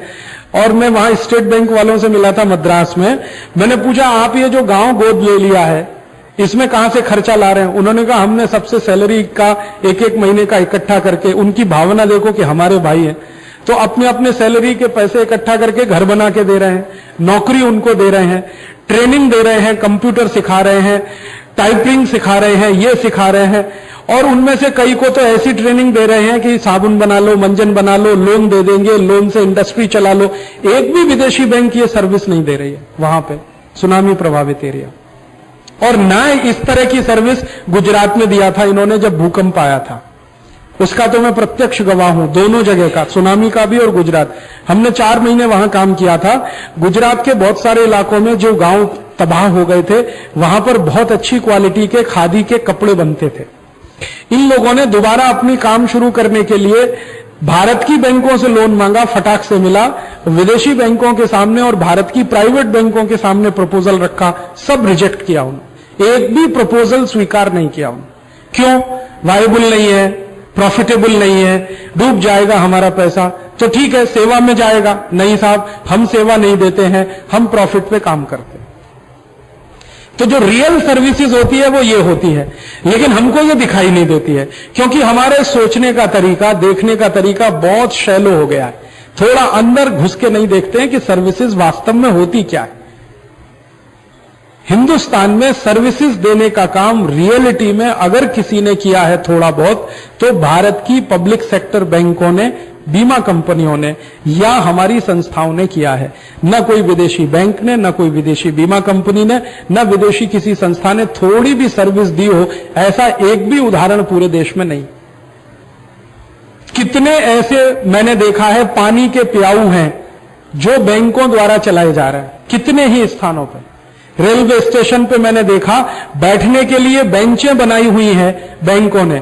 कितने ही ऐसे हवाई अड्डे मैंने देखे हैं जहां पर जो जाने वाला यात्री है उसको छोड़ने के लिए आने वाले लोगों के बैठने की व्यवस्था कराई हुई है, जो एयरपोर्ट वाले भी नहीं कराते हैं। कितने ही ऐसे गांव मैंने देखे हैं जहां स्टेट बैंक ऑफ इंडिया वालों ने बस अड्डा बनवा दिया है, बस अड्डे के बाहर प्याऊ लगवा दिया है, वहां बैठने की व्यवस्था की हुई है। कितनी ही जगहों पर मैंने देखा है LIC वालों ने, लाइफ इंश्योरेंस कॉर्पोरेशन वालों ने स्कूल के स्कूल गोद ले रखे हैं, जहां हर साल वो फंड्स भिजवाते हैं, उनको ड्रेस बनवाते हैं, उनके स्कूल यहां आप भिलाई में देखो, आसपास में देखो। मैं कल पता नहीं किस गांव में गया था, जेवरा गांव में मैंने पूछा ये स्कूल किसने बनाया, तो भिलाई स्टील प्लांट ने बनाया। भिलाई स्टील प्लांट स्कूल बना सकता है, लेकिन इस छत्तीसगढ़ में एक स्कूल ऐसा दिखा दो जो किसी विदेशी बैंक ने बनाया हो, या विदेशी बीमा कंपनी ने बनाया हो, या कोई ऐसी कंपनी ने बनाया हो जो भिलाई में 20 साल से धंधा कर रही है, Colgate, Palmolive, Procter and Gamble, Reckitt and Colman, Hindustan Lever वगैरह वगैरह, या लाफार्ज जो सीमेंट बेचने आई है, इसने कहीं कोई स्कूल बनाया हो। सर्विसेज तो ये होती है, समाज की जरूरत के लिए जो कुछ चाहिए वो उपलब्ध कराना, वो सर्विसेज है। और उससे भी ज्यादा समाज को जब बहुत अधिक जरूरत की आवश्यकता हो, कोई प्राकृतिक विपत्ति आ गई हो, उस समय लोगों के साथ खड़े हो जाना, उससे बड़ी सर्विस कोई नहीं होती, उससे बड़ी कोई सर्विस नहीं होती। क्योंकि उस समय जब चारों तरफ उनको घटाटोप दिखाई देता है, उसमें जब आप सहारा बन के खड़े होते हैं, बीमा के रूप में या बैंकिंग के रूप में या किसी और रूप में, वो शायद सबसे बड़ी सर्विस होती है। ये सर्विसेज की डेफिनेशन हमने गुमा दिया। हम देखते हैं उनकी बिल्डिंग बहुत अच्छी है, मार्बल अच्छा लगा है, टेलीफोन रोज कर लेते हैं, हालचाल पूछ लेते हैं, अब तो बिजली का बिल भरने को तैयार हैं, आपके घर के बच्चे की पोतड़ी धोने को भी थोड़े दिन में तैयार हो जाएंगे, आप धुलवा लो उनसे। आपका उनको एक अकाउंट चाहिए अपने यहां। और आप मुझे एक बात बताओ, कोई विदेशी बैंक है जो 50 रुपए में बैंक अकाउंट खोल दे आपका? मैंने मेरे विद्यार्थी जीवन में स्टेट बैंक ऑफ इंडिया में 50 रुपए में मेरा अकाउंट खोला था, और वो अकाउंट बहुत दिन तक इनऑपरेटिव रहा। हर साल बैंक की तरफ से एक चिट्ठी आती थी और मुझे याद दिलाते थे। फिर एक दिन मैंने कहा बंद कर दो, मुझे इससे कुछ लेना देना नहीं है। तो भी उन्होंने कहा कि आप हमारे कस्टमर रहे इतने साल तक। मैंने हिंदुस्तान में कोई विदेशी बैंक में पता किया कि भैया 50 रुपए में अकाउंट खुल सकता है क्या? उन्होंने कहा किस जमाने की बात कर रहे हैं आप? एक दूसरी बात, हिंदुस्तान के अंतिम से अंतिम गांव में जाकर अगर कोई विदेशी बैंक शाखा लगाने को तैयार हो तो मुझे बताओ। हिंदुस्तान में एक भी विदेशी बैंक, मान लो City Bank of America, ANZ, डुंडलेज, स्टैंडर्ड चार्टेड, भारत के गरीब से गरीब गांव, अंतिम गांव जिनको कहा जाता है, वहां शाखा लगाने को तैयार है क्या? वो कहते हैं जी काय को लगाएं, ये तो घाटे वाली चीज है। और हिंदुस्तान की नेशनलाइज बैंकें सभी ऐसे ऐसे छोटे छोटे गांव में शाखाएं चला रही हैं जहां पर स्टाफ की सैलरी पर होने वाला खर्चा वहां जमा होने वाली रकम से कई गुना ज्यादा है, फिर भी वो चल रहा है, क्योंकि सर्विस देनी है। मेरे अपने गांव की मैं बता सकता हूं, मेरे गांव में बिजली नहीं है लेकिन स्टेट बैंक की शाखा है। मेरे गांव में बिजली नहीं है, सड़क भी नहीं है, पैदल जाना पड़ता है, 3 किलोमीटर पैदल चलते हैं बस से उतर के, तब मेरे गांव में पहुंचने का नंबर आता है। तो मेरे गांव में स्टेट बैंक की शाखा है। वहां पे जितने कर्मचारी काम करते हैं, मैंने उनसे पूछा आपकी तनख्वाह कितनी है, तो महीने की तनख्वाह के बराबर डिपॉजिट नहीं आता। फिर भी वो वहां बैठे हैं बेचारे, पंखा नहीं रहता है, बिजली नहीं रहती है, काम करते हैं, पसीना पसीना होते रहते हैं। गांव वालों की थोड़ी मदद हो जाती है उसमें, क्योंकि चोरी वोरी बहुत होती थी, तो पैसा जमा करने लगे तो चोरी कम हो। तो ऐसे दूर दराज में जाके छोटी छोटी शाखाएं खोलना, जिनसे कोई प्रॉफिट नहीं मिलने वाला, ऐसी शाखाएं खोलना, उन गांव में कभी स्कूल खोलने में मदद करना, प्याऊ बनवाना, बैठने के लिए बेंच में लगवाना, जगह जगह बस स्टैंड के लिए छत डलवाना, ऐसे ऐसे सब काम तो भारत की बैंकें, भारत की बीमा कंपनियां कर रही हैं। ये है सर्विसेज। लेकिन प्रचार क्या हो रहा है कि विदेशी बैंकें सर्विसेज बहुत देती हैं, कुछ सर्विस नहीं देती, लिप सर्विस देती हैं बस। रियल सर्विस कुछ नहीं है, लिप सर्विस है। आपको गुड मॉर्निंग करेंगे, हेलो करेंगे, सवेरे करेंगे, शाम को करेंगे, बस इतना ही है। आप बीमार हो गए, हालांकि दवा नहीं दिलवाएंगे, लेकिन आपसे सहानुभूति ऐसी जताएंगे जैसे आपके सबसे बड़े खैर ख्वाह वही हैं। हाँ, हमको तो बड़ा दुख है, आपको माइग्रेन हो गया है, आपको ऐसा हो गया है, तो कहो ना भैया इलाज करा दो, वो आप करा लो, बस हम आपको लिप सर्विस दे सकते हैं, हाँ बहुत अच्छा है साहब। ऐसे हैं वो, सर्विसेज में कभी विश्वास नहीं करते हैं, वो सिर्फ धंधा करने आते हैं, धंधा करने के लिए घुसे हैं, धंधा ही करेंगे और मुनाफा कमा के लेके जाएंगे। वो मुझे सबसे ज्यादा तकलीफ देता है कि हमारे खून पसीने की कमाई हम उनके यहां जमा करें, वो हमारे ही काम ना आए। हिंदुस्तान की सभी बैंकें, सभी बीमा कंपनियां सरकार को हर साल नेट प्रॉफिट देती हैं, आप जानते हैं। वही नेट प्रॉफिट पंचवर्षीय योजना के काम आता है, वही उसी से सारी हमारे देश की योजनाएं बनती हैं विकास की। पता नहीं कितनी बैंकों के, कितनी बीमा कंपनियों के दिए गए प्रॉफिट के पैसे से हिंदुस्तान में कितनी सड़कें बनी। ये जो बिजली घर चल रहे हैं ना हिंदुस्तान में, पावर हाउसेस, सबसे ज्यादा पैसा इनमें LIC GIC का लगा हुआ है, लाइफ इंश्योरेंस कॉर्पोरेशन का। इसी तरह से हिंदुस्तान में ये जो कम खर्चे के घर बनाने की योजनाएं जो भारत सरकार ने बनाई है ना, जिसमें आज तक शायद 10 या 12 लाख घर बन चुके हैं अलग अलग स्थानों, ये सब LIC GIC और बैंकों के पैसे का है। कोई विदेशी बैंक ने मदद नहीं की है इसमें। तो रियल सर्विसेज तो हमारे ही लोग देंगे, क्योंकि वो हमारे अपने हैं, उनको हमारा दुख दर्द भी समझता है। अब उसमें क्या होता है, हम छोटी बातों में ज्यादा फंसते हैं। छोटी बात कैसी, हम कहते हैं जी स्टेट बैंक वाले जाते हैं तो हमको नमस्ते नहीं करते, प्रणाम नहीं करते, हमारा मुस्कुरा के स्वागत नहीं करते, वगैरह वगैरह। वो कहते हैं बड़े मैकेनाइज तरीके के काम करते हैं, ठीक है। अब ये छोटी बात में हम फंसे हैं, इससे बड़े काम जो वो कर रहे हैं वो हम छोड़ देते हैं सब। कभी हमने पूछने की कोशिश की है कि ये स्टेट बैंक वाले क्यों नहीं मुस्कुरा पाते? इसलिए नहीं मुस्कुरा पाते कि उनके ऊपर काम का बोझा इतना है कि वो चाहे भी तो नहीं मुस्कुरा सकते। मैंने एक बार स्टेट बैंक के, मेरे एक दोस्त हैं, इनके स्टेट बैंक के वो पता नहीं क्या बहुत बड़े पद पर हैं, GM है, पता नहीं क्या है, बंबई में कभी कभी मैं उनके घर जाता हूं। एक बार मैंने उनसे पूछा कि स्टेट बैंक में जितनी वैकेंसीज हैं वो सभी पूरी हैं? उन्होंने कहा नहीं नहीं राजीव भाई पूरी नहीं है। फिर मैंने कहा ये काम कैसे चल रहा है? उन्होंने कहा ऐसे चल रहा है कि एक आदमी से 3 आदमी का काम ले रहे हैं। मैंने कहा फिर तो वो मुस्कुराने से रहा, आपने गधा बना दिया, उसको बैल बना दिया, वो है कैसे मुस्कुराएगा? एक आदमी को सैलरी दो और 3 आदमी का काम निकालो तो तेल निकाल रहे हो आप तो उसका। तो उनका हम क्या करें, ग्लोबलाइजेशन के जमाने में यही सब करना पड़ता है। माने ग्लोबलाइजेशन ने इतनी मार मारी है इन कर्मचारियों को कि ये बेचारे 3 आदमी का काम एक आदमी कर रहा है। फिर मैंने उनसे पूछा कंप्यूटर आ गया आपके यहां तो बहुत लाभ हो गया, सुविधा। उन्होंने कहा कुछ सुविधा नहीं हुई है, कोई सुविधा नहीं हुई है, बहुत सारे टेंशन और बढ़ गए हैं। वायरस घुस जाता है, कभी कुछ हो जाता है, कभी फेल हो जाता है, कभी नेटवर्क फेल हो जाता है। एक जगह तो उन्होंने मुझे यहां तक मान लिया कि हम पहले मैनुअल रजिस्टर बनाते थे, वो अच्छा था, समय भी कम लगता था, काम भी आसानी से होता था और पक्का होता था, और उसमें ट्रेनिंग होती थी। रियल ट्रेनिंग तो वही होती है ना अकाउंट बनाने की। तो वो रियल ट्रेनिंग लेके आदमी जब जाता था तो उसको ज्ञान पहले से ज्यादा होता था और वो चाहे तो दूसरों को बांट सकता था। लेकिन अब जो कंप्यूटराइजेशन हुआ है, ज्ञान जो है ना विशेषज्ञता का हो गया है, उसकी ट्रेनिंग बंद हो गई। तो हम कई बार शिकायत करते हैं जी बैंक वाले रूड व्यवहार करते हैं। रूड व्यवहार करते हैं इसलिए कि उनके साथ वहां जो व्यवहार हो रहा है वो बहुत खराब है, और इतना खराब हो गया है बैंकों के अंदर का माहौल। मेरे बहुत सारे दोस्त हैं, मैं उनसे कहता हूं तुम लोग प्रमोशन पे क्यों नहीं जाते हो? कहते हैं प्रमोशन पे जाना और बड़ा तकलीफ का काम, इसलिए कहते हैं प्रमोशन नहीं चाहिए। हिंदुस्तान में अकेला सेक्टर है बैंकिंग सेक्टर जहां के कर्मचारी प्रमोशन से दूर भागते, हमें नहीं चाहिए, तुम रखो तुम्हारे पास। कारण क्या है? तकलीफ और बढ़ती है, उनको परेशानियां और बढ़ रही।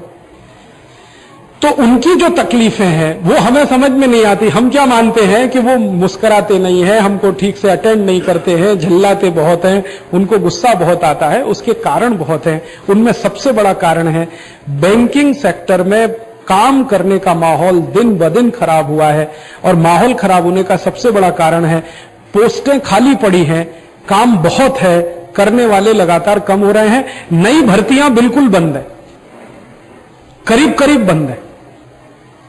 और लोड कितना बढ़ गया है, पहले जो नंबर ऑफ अकाउंट्स होते थे उससे कई गुने ज्यादा हो गए। जनसंख्या का जैसा ग्रोथ है वैसे ही अकाउंट खुलने का ग्रोथ बढ़ रहा है। अब उनको अकाउंट तो खुलवा लिया, किसी ने 50 रुपए में, किसी ने 100 रुपए में, अब उसको सहेज के रखना, उसी में सिर दर्द है उनका। ज्यादातर भारत की बैंकों के छोटे छोटे अकाउंट जो है ना वो काम के नहीं है, लेकिन देश को सर्विस देनी है इसलिए खोल रखे हैं, क्या करें। तो ऐसी परिस्थिति में स्वाभाविक है कि वो ज्यादा मुस्करा नहीं सकें या ज्यादा तकलीफ में हमारा साथ न दे सके, लेकिन वास्तविकता ये है कि वो जितना काम कर रहे हैं, जितनी कम सैलरी पर, वो काम दुनिया में कोई बैंकिंग सिस्टम में करने को तैयार नहीं होता। सिटी बैंक ऑफ अमेरिका में या आईसीआईसी बैंक में मैंने देखा है, जिस पोस्ट पर हिंदुस्तानी बैंकों में लोग काम करते हैं ना, उससे 3 गुनी सैलरी पर वहां काम हो रहा है, सेम। और यंग एज के लड़के लड़कियों को इतनी ज्यादा सैलरी देकर वो काम पर ले रहे हैं, और वहां 12 घंटे रगड़ते हैं, 14 घंटे रगड़ते हैं। अब इनको सैलरी भी कम है और रगड़ाई इनकी उतनी ही हो रही है। धीरे धीरे भारत की बैंकों में भी काम के घंटे बढ़ते चले जा रहे हैं। सवेरे 9-10 बजे से लेकर शाम 6-7 बजे तक तो सामान्य रूप से। मैंने कई गांव में देखा है अब भारत की बैंकें शाम को भी काम कर रही हैं, क्योंकि उन्हें कंपटीशन में दौड़ना है विदेशी बैंकों के साथ, तो लोड और बढ़ रहा है उनके ऊपर। तो उनके अंदर की जो तकलीफें, परेशानियां ग्लोबलाइजेशन से पैदा हुई हैं पिछले 8-10 वर्षों में, उसका कोई समाधान हुआ नहीं है। उनका भी शरीर है, मशीन तो नहीं है, मानव है।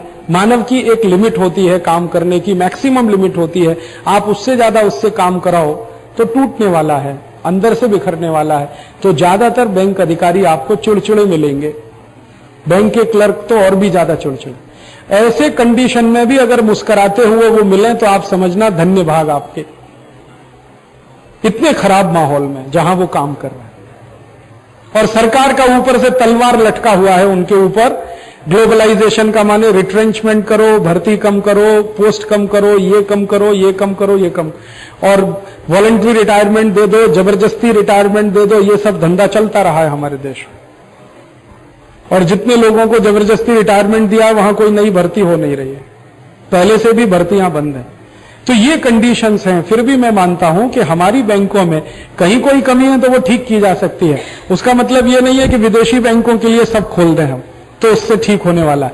ये तो कुछ ऐसी बात हुई कि हमारे घर का लड़का बिगड़ा हुआ है तो पड़ोसी के लड़के को गोद ले लो, वो सुधार देगा, ऐसा नहीं होने वाला। अपने यहां कहीं सिस्टम में कोई खामी है, खरामी है, उसको ठीक करें हम। तो सर्विसेज के सेक्टर में अगर विदेशी आते हैं बहुत तकलीफ की स्थिति है। हमारी सेविंग्स उनके हाथ में जाती है, वो फ्रॉड करते हैं, लूटमार करते हैं, उसको पकड़ने की कोई व्यवस्था नहीं है। आप जानते हैं पिछले 10 साल में सबसे ज्यादा इकोनॉमिक फ्रॉड हुए, सबसे ज्यादा। और किसी भी इकोनॉमिक फ्रॉड में आज तक कोई सजा नहीं हुई है, चाहे वो हर्षद मेहता हो, चाहे हितेन दलाल हो, चाहे XYZ कोई भी हो, किसी को सजा नहीं हुई। हर्षद मेहता अपनी मौत मर गया, वो अलग बात है, हार्ट अटैक से, सजा कुछ भी नहीं। भारत के आर्थिक कानून इतने रद्दी हैं कि कोई सजा होने की व्यवस्था नहीं। और ऊपर के टॉप लीडर्स घोटाले करते हैं, गलतियां करते हैं, भुगतान बेचारा नीचे वाला कर। यूटीआई का सारा घोटाला नेताओं का किया धरा था, मारे गए साधारण लोग, और उन नेताओं को कोई सजा नहीं है जिन्होंने यूटीआई घोटाला किया। नॉन परफॉर्मिंग एसेट्स का मामला सब नेताओं द्वारा खड़ा किया हुआ है। बैंकों से कर्ज दिलवा दिया अपने अपने प्रभाव के लोगों को, अपनी अपनी पार्टी के लोगों को। अब वो कर्ज वापस नहीं दे और बैंक वाले उनसे अधिकार मांगे रेड मारने का, तो अधिकार देने में 10 साल लगा दिया, 10-12 साल।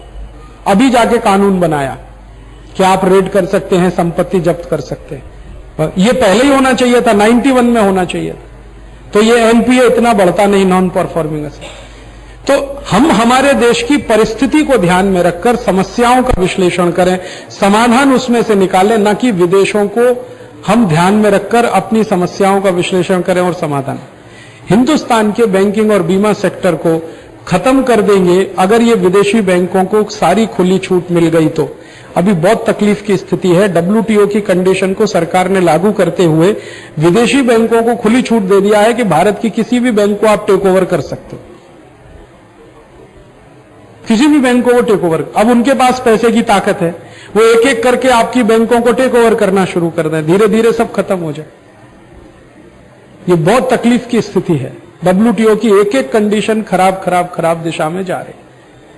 तो अब प्रश्न क्या है कि क्या करें हम सब लोग? तो मुझे ऐसा लगता है कि डब्ल्यूटीओ के सर्विस सेक्टर पर जिन लोगों के ऊपर मार पड़ने वाली है वो बिल्कुल साफ दिख रहा है। बैंकिंग, इंश्योरेंस, फाइनेंशियल सेक्टर में सबसे पहले ये दो जगह मार होने वाली। नॉन फाइनेंशियल सेक्टर में ये जो वकालत का काम है, चार्टर्ड अकाउंटेंसी का काम है, एजुकेशन का काम है, इस पे मार आने वाली है 2-3 साल के अंदर।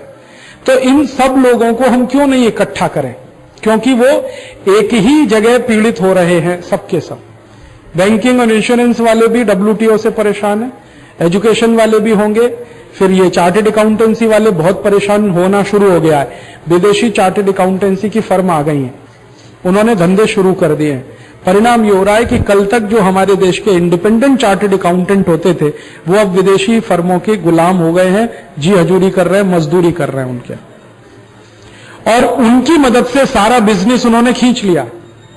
जैसे हिंदुस्तान में कोई चार्टर्ड अकाउंटेंट 10 साल से काम कर रहा है, उसका अपना क्लाइंटेल है, विदेशी कंपनी ने उसको ले लिया पगार पे और उसके सारे के सारे क्लाइंट उनके पास आ गए। ऐसे ही वकालत में होने वाला है, ऐसे ही मेडिसिन में, और ऐसे ही जो हॉस्पिटलाइजेशन में, फिर होटल में वगैरह वगैरह। तो इन सभी सेक्टर के लोगों को इकट्ठा किया जा सकता है और उनको यह बताया जा सकता है कि डब्ल्यूटीओ की इन कंडीशंस के खिलाफ सरकार के ऊपर दबाव बनाए। अभी क्या होता है, अभी सर्विस सेक्टर वाले अपनी लड़ाई लड़ते तो हैं, जनता साथ में नहीं आती उनके। बैंक वाले स्ट्राइक करते हैं, लोग साथ में नहीं आते, लोग गाली और देते हैं क्योंकि लोगों को मालूम नहीं वो क्यों कर रहे हैं स्ट्राइक। और मुश्किल क्या हो रही है, बैंक वाले भी उनको समझाने कभी नहीं जाते कि हम क्यों स्ट्राइक कर रहे हैं। सबसे बड़ी जो गलती हो रही है इस देश में, वो डब्ल्यूटीओ के खिलाफ, वर्ल्ड बैंक, आईएमएफ की नीतियों के खिलाफ स्ट्राइक करते हैं।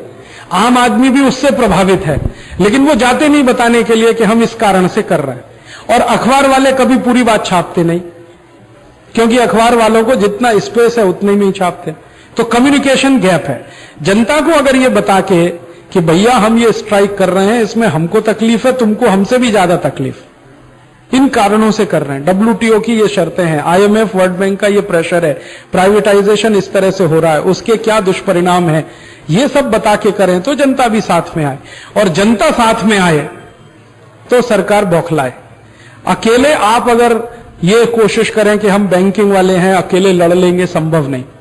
बीमा वाले भी अकेले नहीं लड़ सकते, क्योंकि उनकी जो ट्रेड यूनियंस है ना, उनकी ताकत बहुत कम हो गई। ट्रेड यूनियंस ने पिछले 50 साल में इतने समझौते किए हैं सरकारों से कि उनकी जो बार्गेनिंग कैपेसिटी है वो बहुत कम हो गई। इसलिए जनता को साथ में लेकर अगर करेंगे तो शायद इसमें से रास्ते निकले, क्योंकि सरकार को अभी डर है तो एक ही चीज का, जनता का, कि वोट बैंक गया।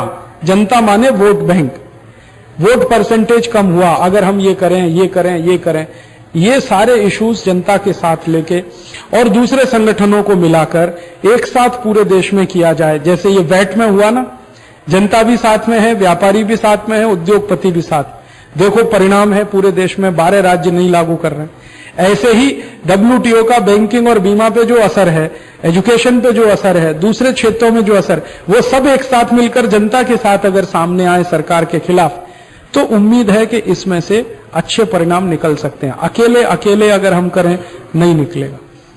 अब इसमें हो क्या सकता है कि भारत के बारे में, भारत की बैंकों के बारे में, बीमा कंपनियों के बारे में, भारत के पब्लिक सेक्टर के बारे में एक ऐसा पत्रक, सीडी, मटेरियल तैयार किया जाए जो सरल भाषा में हो, आम सामने वाले को समझा सके।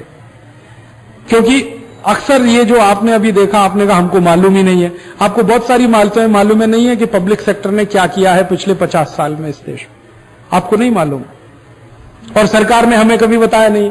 सरकार बस एक ही बात बता रही है, पब्लिक सेक्टर सफेद हाथी हो गए हैं, ये पैसे को खा ज्यादा रहे हैं, निकाल कम रहे हैं। इस पब्लिक सेक्टर ने 50 साल में देश को खड़ा किया है। जब प्राइवेट सेक्टर एक भी काम करने को तैयार नहीं था, तब पब्लिक सेक्टर के पैसे से ये सारा इंफ्रास्ट्रक्चर खड़ा हुआ है, जिसको आज लूटने के लिए विदेशी आने को तैयार है।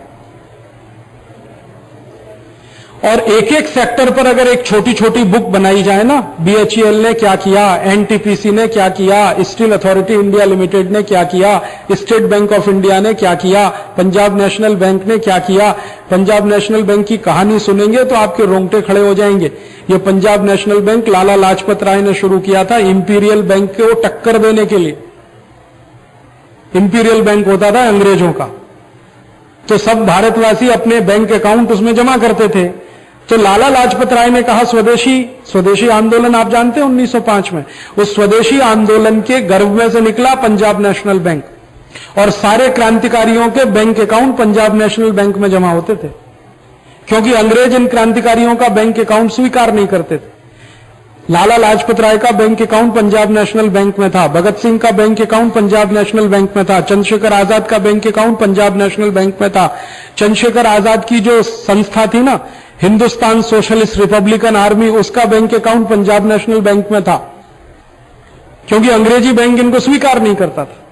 तो अंग्रेजी बैंक को टक्कर देने के लिए और भारत के क्रांतिकारियों को जरूरत पड़े तो मदद देने के लिए लाला लाजपत राय ने शुरू कराया पंजाब नेशनल बैंक।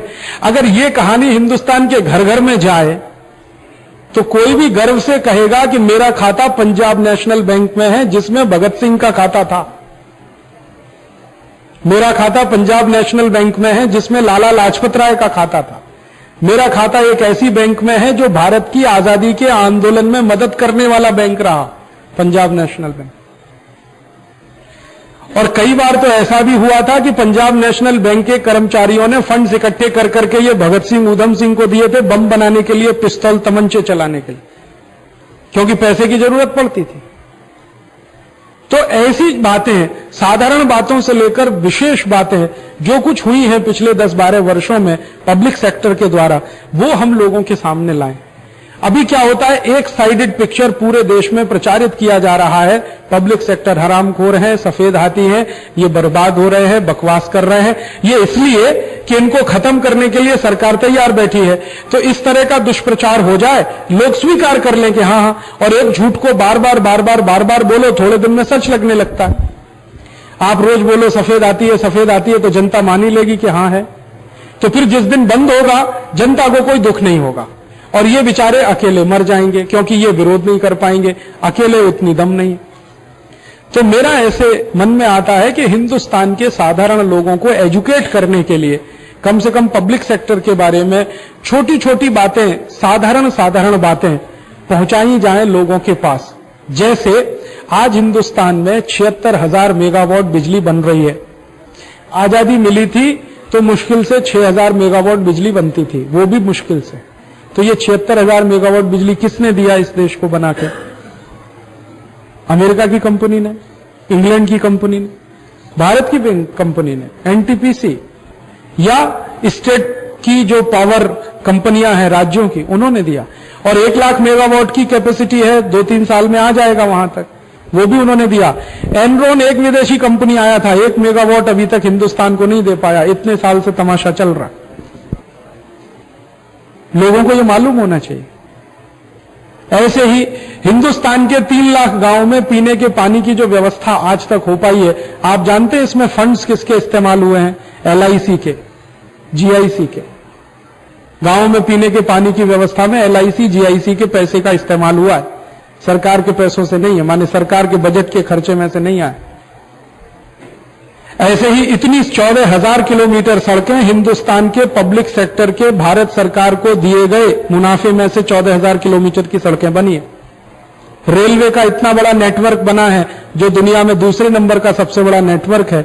ये कहां से खड़ा हुआ है? कोई विदेशी कंपनी ने नहीं खड़ा किया, हिंदुस्तानी रेलवे ने खड़ा किया है। और आज उस रेलवे को गाली देके इस स्थिति में ला दिया है कि वो डिफेंसिव हो जाए, और डिफेंसिव होते चले जा रहे हैं बेचारे, और छट्टी होती जा रही है, विद्रोह नहीं हो रहा पूरे देश में।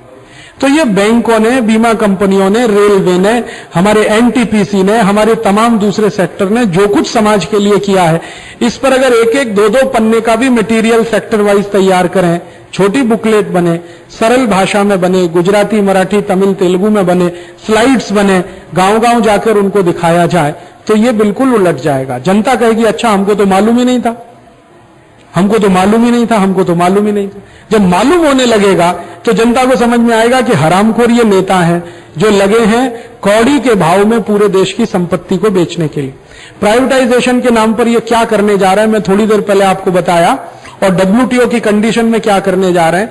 दिल्ली का एयरपोर्ट दुनिया का अकेला ऐसा एयरपोर्ट है जिसके पास 6000 एकड़ जमीन है, किसी एयरपोर्ट के पास नहीं।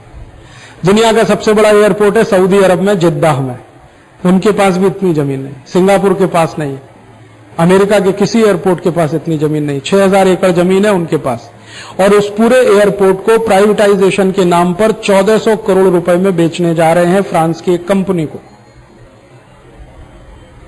जबकि जिस स्थान पर यह दिल्ली का एयरपोर्ट है वहां 1 एकड़ जमीन की कीमत इस समय 20 करोड़ रुपए है। 1 एकड़ जमीन की कीमत 20 करोड़ रुपए, जहां पर यह एयरपोर्ट है, गुड़गांव दिल्ली के बीच में। 6000 एकड़ जमीन है, कितने का हो गया? 1,20,000 करोड़ की प्रॉपर्टी बेच रहे हैं 1400 करोड़ में। प्राइवेटाइजेशन के नाम पर यह हो रहा है। और इसका माहौल कैसे बनाया है? 2 साल से दिल्ली एयरपोर्ट के खिलाफ कैंपेन किया जा रहा है पूरे देश में, हमारे ही मंत्रियों के द्वारा।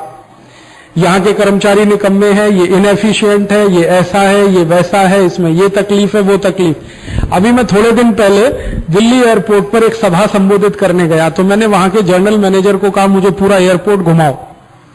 उन्होंने कहा क्या देखना चाहते हैं? मैंने कहा आपका एयर ट्रैफिक कंट्रोल जो टावर है ये मुझे देखना है। कहने लगे क्यों? मैंने कहा इससे अंदाजा लग जाएगा कि आपकी कीमत क्या है, आपकी ताकत क्या है, आपकी औकात क्या है। मैं ले गया, वो मुझे ले गए देखने के लिए। वो मैंने जो देखा और उन्होंने जो इंस्ट्रूमेंट्स का वर्णन करना शुरू किया और जो उन्होंने टेक्नोलॉजी इस्तेमाल की है, मैं दंग रह गया। दुनिया में इतना बेहतरीन air traffic control tower France में भी नहीं है, जर्मनी में भी नहीं। उस अकेले टावर को अगर बेचे अंतर्राष्ट्रीय बाजार में तो 600 करोड़ मिलता है, और 1400 करोड़ में पूरा एयरपोर्ट बेचने जा रहे हैं। अब जनता को मालूम नहीं है दिल्ली एयरपोर्ट की विशेषता यह है, इनके पास 6000 एकड़ जमीन है। कल को समझौता हो जाएगा, अखबार में खबर आएगी दिल्ली एयरपोर्ट फ्रांस की कंपनी ने खरीद लिया। और कर्मचारी बेचारे मुंह बंद करके बैठे हैं, क्योंकि सरकार के खिलाफ बोले कैसे, उनसे पगार पाते हैं, सैलरी पाते। और ये जो प्रॉपर्टी है, मैंने एक दिन उनसे पूछा कि अगर ये 6000 एकड़ जमीन, इसमें इस्तेमाल कितनी हो रही है? तो उन्होंने कहा मुश्किल से इसमें 50-60 एकड़ जमीन इस्तेमाल हो रही है रनवे में और ये सब वगैरह, बाकी खाली पड़ी है। मैंने कहा इसमें खेती करना चालू कर दो तो साल का कम से कम 50-60 करोड़ का तो प्रोडक्शन यहां हो सकता है। तो उन्होंने कहा राजीव भाई खेती तो छोड़ो, हम यहां गोल्फ क्लब बना दें और उसमें एंट्री फीस रख दें तो साल का 1400 करोड़ तो हम इसी से कमा के दे सकते हैं सरकार को, गोल्फ कोर्स बना के। क्योंकि जितनी विदेशी फ्लाइट आती है ना, इंटरनेशनल फ्लाइट रात को अक्सर आती हैं, उनमें कई बार ऐसा होता है कि एक एक दिन वो लोग ठहरते हैं, फिर दूसरी फ्लाइट पकड़ के वो गोल्फ खेलेंगे, फीस लगा दो, साल का 1400-1500 करोड़ उसी से आ सकता है। पूरा एयरपोर्ट इतने में बेच रहे हैं, 1400 करोड़, और बिना किसी बिड के। माने कोई इंटरनेशनल टेंडर इनवाइट नहीं हुआ, कुछ नहीं हुआ, फ्रांस की कंपनी को सामने से बुला लिया। क्यों? समझौता हो गया सरकार का, कुछ लेन देन हुआ होगा उसमें। अब एक दिल्ली एयरपोर्ट बिकेगा, फिर बंबई बिकेगा, फिर सब बिकेगा। ऐसे सरकार की माने बेईमानी और हरामखोरी में देश की संपत्ति बिक रही है प्राइवेटाइजेशन के नाम पर, ग्लोबलाइजेशन। अब जनता इसमें बगावत कर सकती है जब उसको पूरी बात मालूम। जब मुझे पता चला दिल्ली एयरपोर्ट की वास्तविकता, मैंने दिल्ली की 4-5 मीटिंगों में कह दिया, लोगों का खून उबल गया, जी कैसे कर सकते हैं, हम देखेंगे सरकार को। अगर यही बात पूरे देश में प्रचारित हो जाए तो जनता खड़ी हो जाएगी कि जनता के सामने कोई सरकार नहीं टिक सकती। कर्मचारियों को तो वो झुका सकते हैं, लेकिन जनता को नहीं झुका सकते। तो मेरा यह कहना है कि हम सब मिलकर भारत की जनता के पास ये सब मुद्दे लेके जाएं, सरल सरल भाषा में, कम शब्दों में, सरल सूत्रों में उनको ये जानकारियां दें कि भारत के पब्लिक सेक्टर ने क्या किया है, बैंक ने क्या किया, बीमा ने क्या किया, इसने क्या किया, इसने, और WTO और प्राइवेटाइजेशन के नाम पर सरकार क्या करने जा रही है। जब समझ बनेगी तो बात आगे बढ़ेगी। अब उसके तरीके क्या हो सकते हैं? तरीके बहुत हो सकते हैं। हम CD बनाएं, गांव गांव में दिखाएं, पत्रक बांटें, टेलीफोन, ये लोकल अगर टीवी चैनल है उसके माध्यम से कहें, अखबारों में लिखें, और सबसे अच्छा जो बाई ने कहा कि रेडियो पे कहें।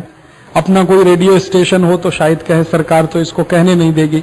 अपना कोई टीवी चैनल हो तो उस पर ये सब बातें, एक एक बात की पोल खोले, सरकार जो कर रही है, WTO में जो हो रहा है और वास्तविकता क्या है, तो देश बचने के लिए रास्ते खुलते हैं, लोग खड़े हो जाएंगे, ऐसा मुझे लगता है। लोगों को जानकारी नहीं है, इसलिए सरकार ये सब करती चली जा रही। जैसे ही जानकारी होती है, लोग तो सरकार को कुछ नहीं करने देते। जैसे मैंने आपको थोड़ी देर पहले सवेरे उदाहरण दिया, हरियाणा के लोगों को जब तक मालूम नहीं था वैट क्या है, वो चुप रहे, और चौटाला ने वैट लागू कर दिया। लागू होने के बाद जब तकलीफें आना शुरू हुई, उन्हीं हरियाणा के लोगों ने चौटाला को कान पकड़ के नीचे उतार दिया। चौटाला के पास पहले 54 सीटें थी जब पिछली सरकार आई, अभी उसके पास 9 सीटें हैं। खुद हार गया बुरी तरह से। तो जनता को जब पता चला तो उन्होंने जवाब दे दिया। ऐसे ही हर क्षेत्र में जनता को पता चले तो सरकार को सबक जनता सिखा सके। तो ये समस्या है, उसका विश्लेषण और समाधान, हर समस्या का समाधान हम अपने ही तरीके से करें, वही अच्छा है। अब इसमें एक बात वो अंत में आके खत्म होती है कि कौन करे इस काम को, हम सब करें, हम सब एक दूसरे के साथ मिलकर करें। जैसे मेरे मन में आता है कि पब्लिक सेक्टर पर एक छोटा टेम्पलेट बनाएं, हम जाएं उनके पास, जानकारियां इकट्ठी करें, उस पर वो छापें, फिर कैसेट बनाएं, CD बनाएं, प्रचार करें, थोड़े दिन में उसका परिणाम निकलेगा। और फिर ये बैंक वाले, बीमा वालों को और शिक्षा वालों को कहें कि भैया सब साथ में मिलके करो, अलग अलग अब मत करो। आपको कुछ भी करना है पहले सबको बता के करो, हम क्यों कर रहे हैं, क्या कर रहे हैं। और खाली बैंक के ऑफिस के सामने खड़े होकर जिंदाबाद मुर्दाबाद करने से अच्छा है पूरे भिलाई शहर में घूम के लोगों को बताओ कि हम ये क्यों कर रहे हैं। नहीं तो क्या होता है, जनता आपके खिलाफ हो जाती है। उनको ऐसा लगता है कि ये काम नहीं करना चाहते इसलिए जिंदाबाद मुर्दाबाद हो रहा है, और हम अपनी बात वहां तक कम्युनिकेट नहीं कर पाते तो बीच में गैप खड़ा हो जाता है। तो पद्धति थोड़ी बदलें, हम लोगों के पास जाएं, लोग हमारे पास आने लगेंगे, बात बनती चली जाएगी और रास्ते उसमें से खुलते चले जाएंगे। इतना ही मुझे अभी कहना है। हाँ, ट्रिम्स में मैं बात कर सकता हूं, लेकिन कल करूंगा। ये सर्विसेज तक रहे, क्योंकि ट्रिम्स और इससे भी ज्यादा जटिल है। ट्रिम्स और ट्रिप्स में कल कोशिश करूंगा सवेरे लेने की, दोनों अलग अलग चैप्टर हैं, वो और भी खतरनाक है। TRIMS, trade related investment measures, नहीं आएंगे, इनडायरेक्टली आएंगे। इनडायरेक्टली कैसे आएंगे? ट्रिम्स का मतलब है इन्वेस्टमेंट के लिए नियम कायदे कानून बनाना, जैसे आजकल सरकार कर रही है ना। बैंकिंग इंडस्ट्री में कितना 74% इक्विटी पार्टिसिपेशन की छूट हो गई है। ट्रिम्स ये कहता है कि इसको 100% कर दो। ट्रिम्स का पहला ही प्रोविजन है कि कोई भी सेक्टर जो सर्विसेज में है उसमें 100% इक्विटी की छूट होनी चाहिए, कोई भी विदेशी को या विदेशी कंपनी को। तो बैंक बीमा कंपनी आएंगे, लेकिन इन्वेस्टमेंट के उस पे आएंगे। अभी सर्विसेज में जो सीधा है कि सीधे विदेशी आएंगे, उसमें ट्रिम्स भी आएगा, सर्विसेज भी आएगा, दोनों एक साथ आएगा। ट्रिम्स से उनका इक्विटी पार्टिसिपेशन का निर्धारण, प्रॉफिट ले जाने का निर्धारण, भारत में कहां पूंजी लगाएं कहां न लगाएं उसका निर्धारण, और सर्विसेज में जो सीधे आकर हिंदुस्तान के लोगों के बीच में मुनाफा कमाकर ले जाने की खुली छूट, वो सर्विसेज में। ट्रिम्स में इन्वेस्टमेंट की वो है लिमिटेशंस, तो वो लिमिटेशंस को हटाने की बात है। ट्रिम्स कोई लिमिटेशन नहीं, 100% लाना चाहे खुली छूट दो, बैंक में, बीमा में, टेलीकम्युनिकेशन में, एजुकेशन में, चार्टेड अकाउंटेंसी में, हर जगह। ट्रिम्स का सबसे पहला प्रिंसिपल ये है। और कोई भी इन्वेस्टमेंट जो आया है बाहर से, उसकी वैसी ही सुरक्षा करो जैसे आप रुपए की करते हो। नेशनल सिक्योरिटी, अमेरिका ने $1 भी भारत में लगा दिया तो उसकी सुरक्षा की जिम्मेदारी अब भारत सरकार की है। उसके लिए भारत की मिलिट्री लगाओ, आर्मी लगाओ, पुलिस लगाओ, सुरक्षित चाहिए वो। ये ट्रिम्स में है सारे के सारे।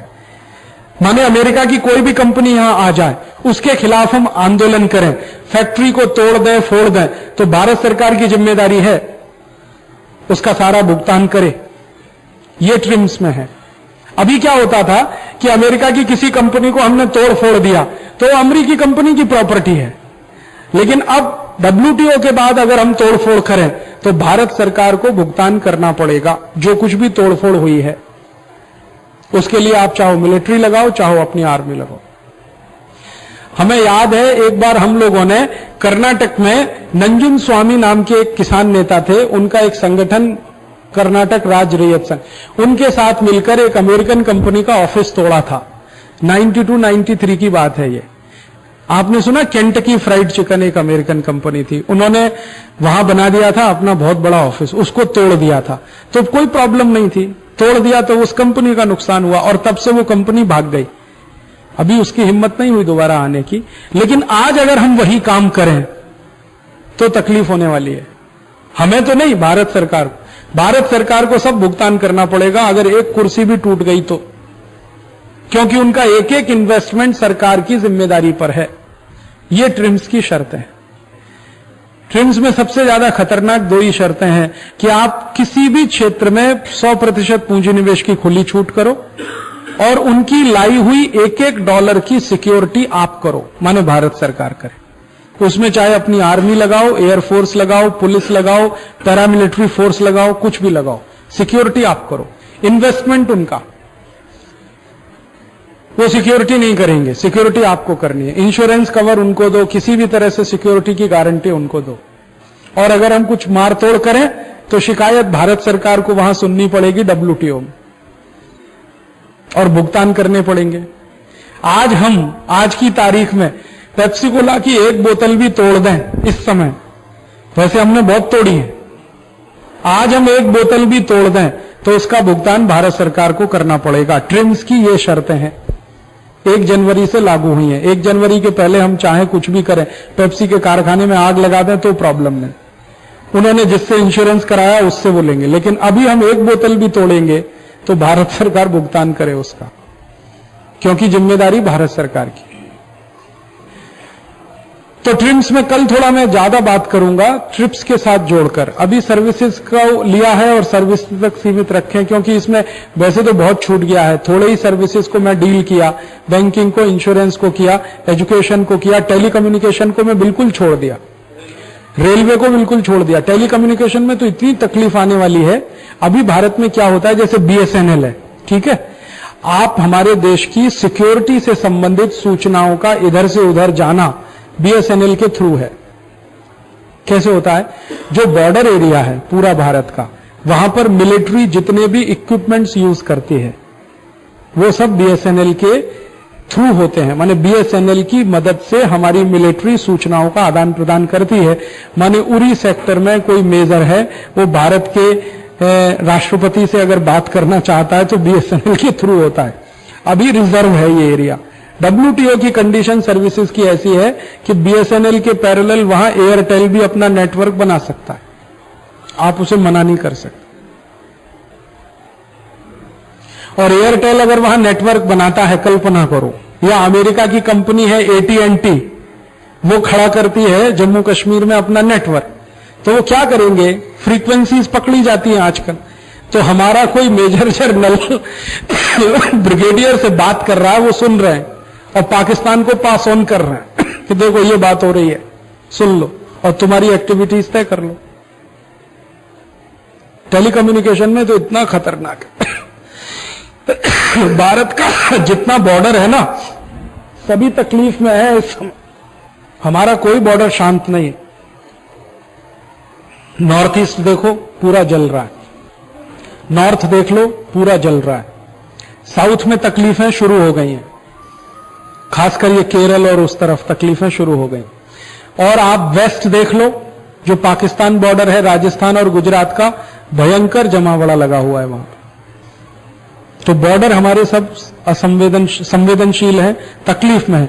इन बॉर्डर एरिया में अगर कोई विदेशी कंपनी आके टेलीकम्युनिकेशन के सेक्टर में घुस जाए तो तबाही मचा सकती है। आपकी सारी गुप्त सूचनाएं, सारी सीक्रेट इंफॉर्मेशन उनके हाथ लग गई, वो कहीं से कहीं पास ऑन कर सकते। और ये सरकार ने 74% तक तो पार्टिसिपेशन की खुली छूट दे दी है, अभी वो 100% करने वाले हैं। ऐसे ही सर्विसेज में एक कंस्ट्रक्शन आता है, कंस्ट्रक्शन का सेक्टर सर्विसेज, उसमें 100% खुली छूट दे दिया। अब इसमें क्या होगा, 100% खुली छूट सर्विस का कंस्ट्रक्शन सेक्टर में देने का मतलब है कोई भी विदेशी कंपनी आके भारत में हजारों एकड़ जमीन खरीद कर कोई भी बिल्डिंग बनाए और उसमें बेचने का धंधा करे। माने अब तक विदेशी कंपनी जमीन नहीं खरीद सकती थी, वो भी उनको खुली छूट मिल गई। कंस्ट्रक्शन में ये होने वाला है। तो सर्विसेज अपने आप में बहुत बड़ा चैप्टर है। 64 सर्विसेज हैं इधर नॉन। रेलवे में भी यही है। रेलवे में क्या होने वाला है, भारत के लिए कंडीशन है WTO में कि सरकार कोई भी सर्विसेज को कोर सेक्टर में नहीं रख सकती। कोर सेक्टर का माने जिसका प्राइवेटाइजेशन नहीं होता, ऐसे सेक्टर को कोर सेक्टर कहा जाता है दुनिया में। तो WTO की कंडीशन है कि आप कोई भी सर्विसेज को कोर सेक्टर में नहीं रख सकते। रेलवे अभी तक ऐसी सर्विसेज है जो कोर सेक्टर में आती रही है। अब रेलवे भी खोलना पड़ेगा आपको, तो रेलवे खोलना है विदेशी कंपनियों के लिए। तो इसका माने क्या है, रेलवे ट्रैक बिकेंगे अब इस देश में। रेलवे ट्रैक बिकेंगे माने बंबई से कलकत्ता एक ट्रैक खरीद लिया किसी एक कंपनी ने, अब उस पर जितनी भी ट्रेन चलेंगी उससे जो रेवेन्यू इनकम होगी वो इस कंपनी के खाते में जाएगी। ऐसे ही बंबई से अहमदाबाद का ट्रैक खरीद लिया किसी दूसरी कंपनी ने, तो बंबई अहमदाबाद के बीच जितनी ट्रेन चलेंगी उससे जितना रेवेन्यू जनरेट होगा वो उस कंपनी के खाते में जाएगा। ऐसे ही मान लीजिए कोई एक ट्रैक है, दिल्ली से हावड़ा का ट्रैक खरीद लिया किसी तीसरी कंपनी, और रेलवे को भारत सरकार टुकड़े टुकड़े करके विदेशियों को बेच सके इसलिए उनके जोन सभी नए बनाए गए हैं। पहले जो जोन होते थे ना रेलवे के, वो सभी छोटे कर दिए।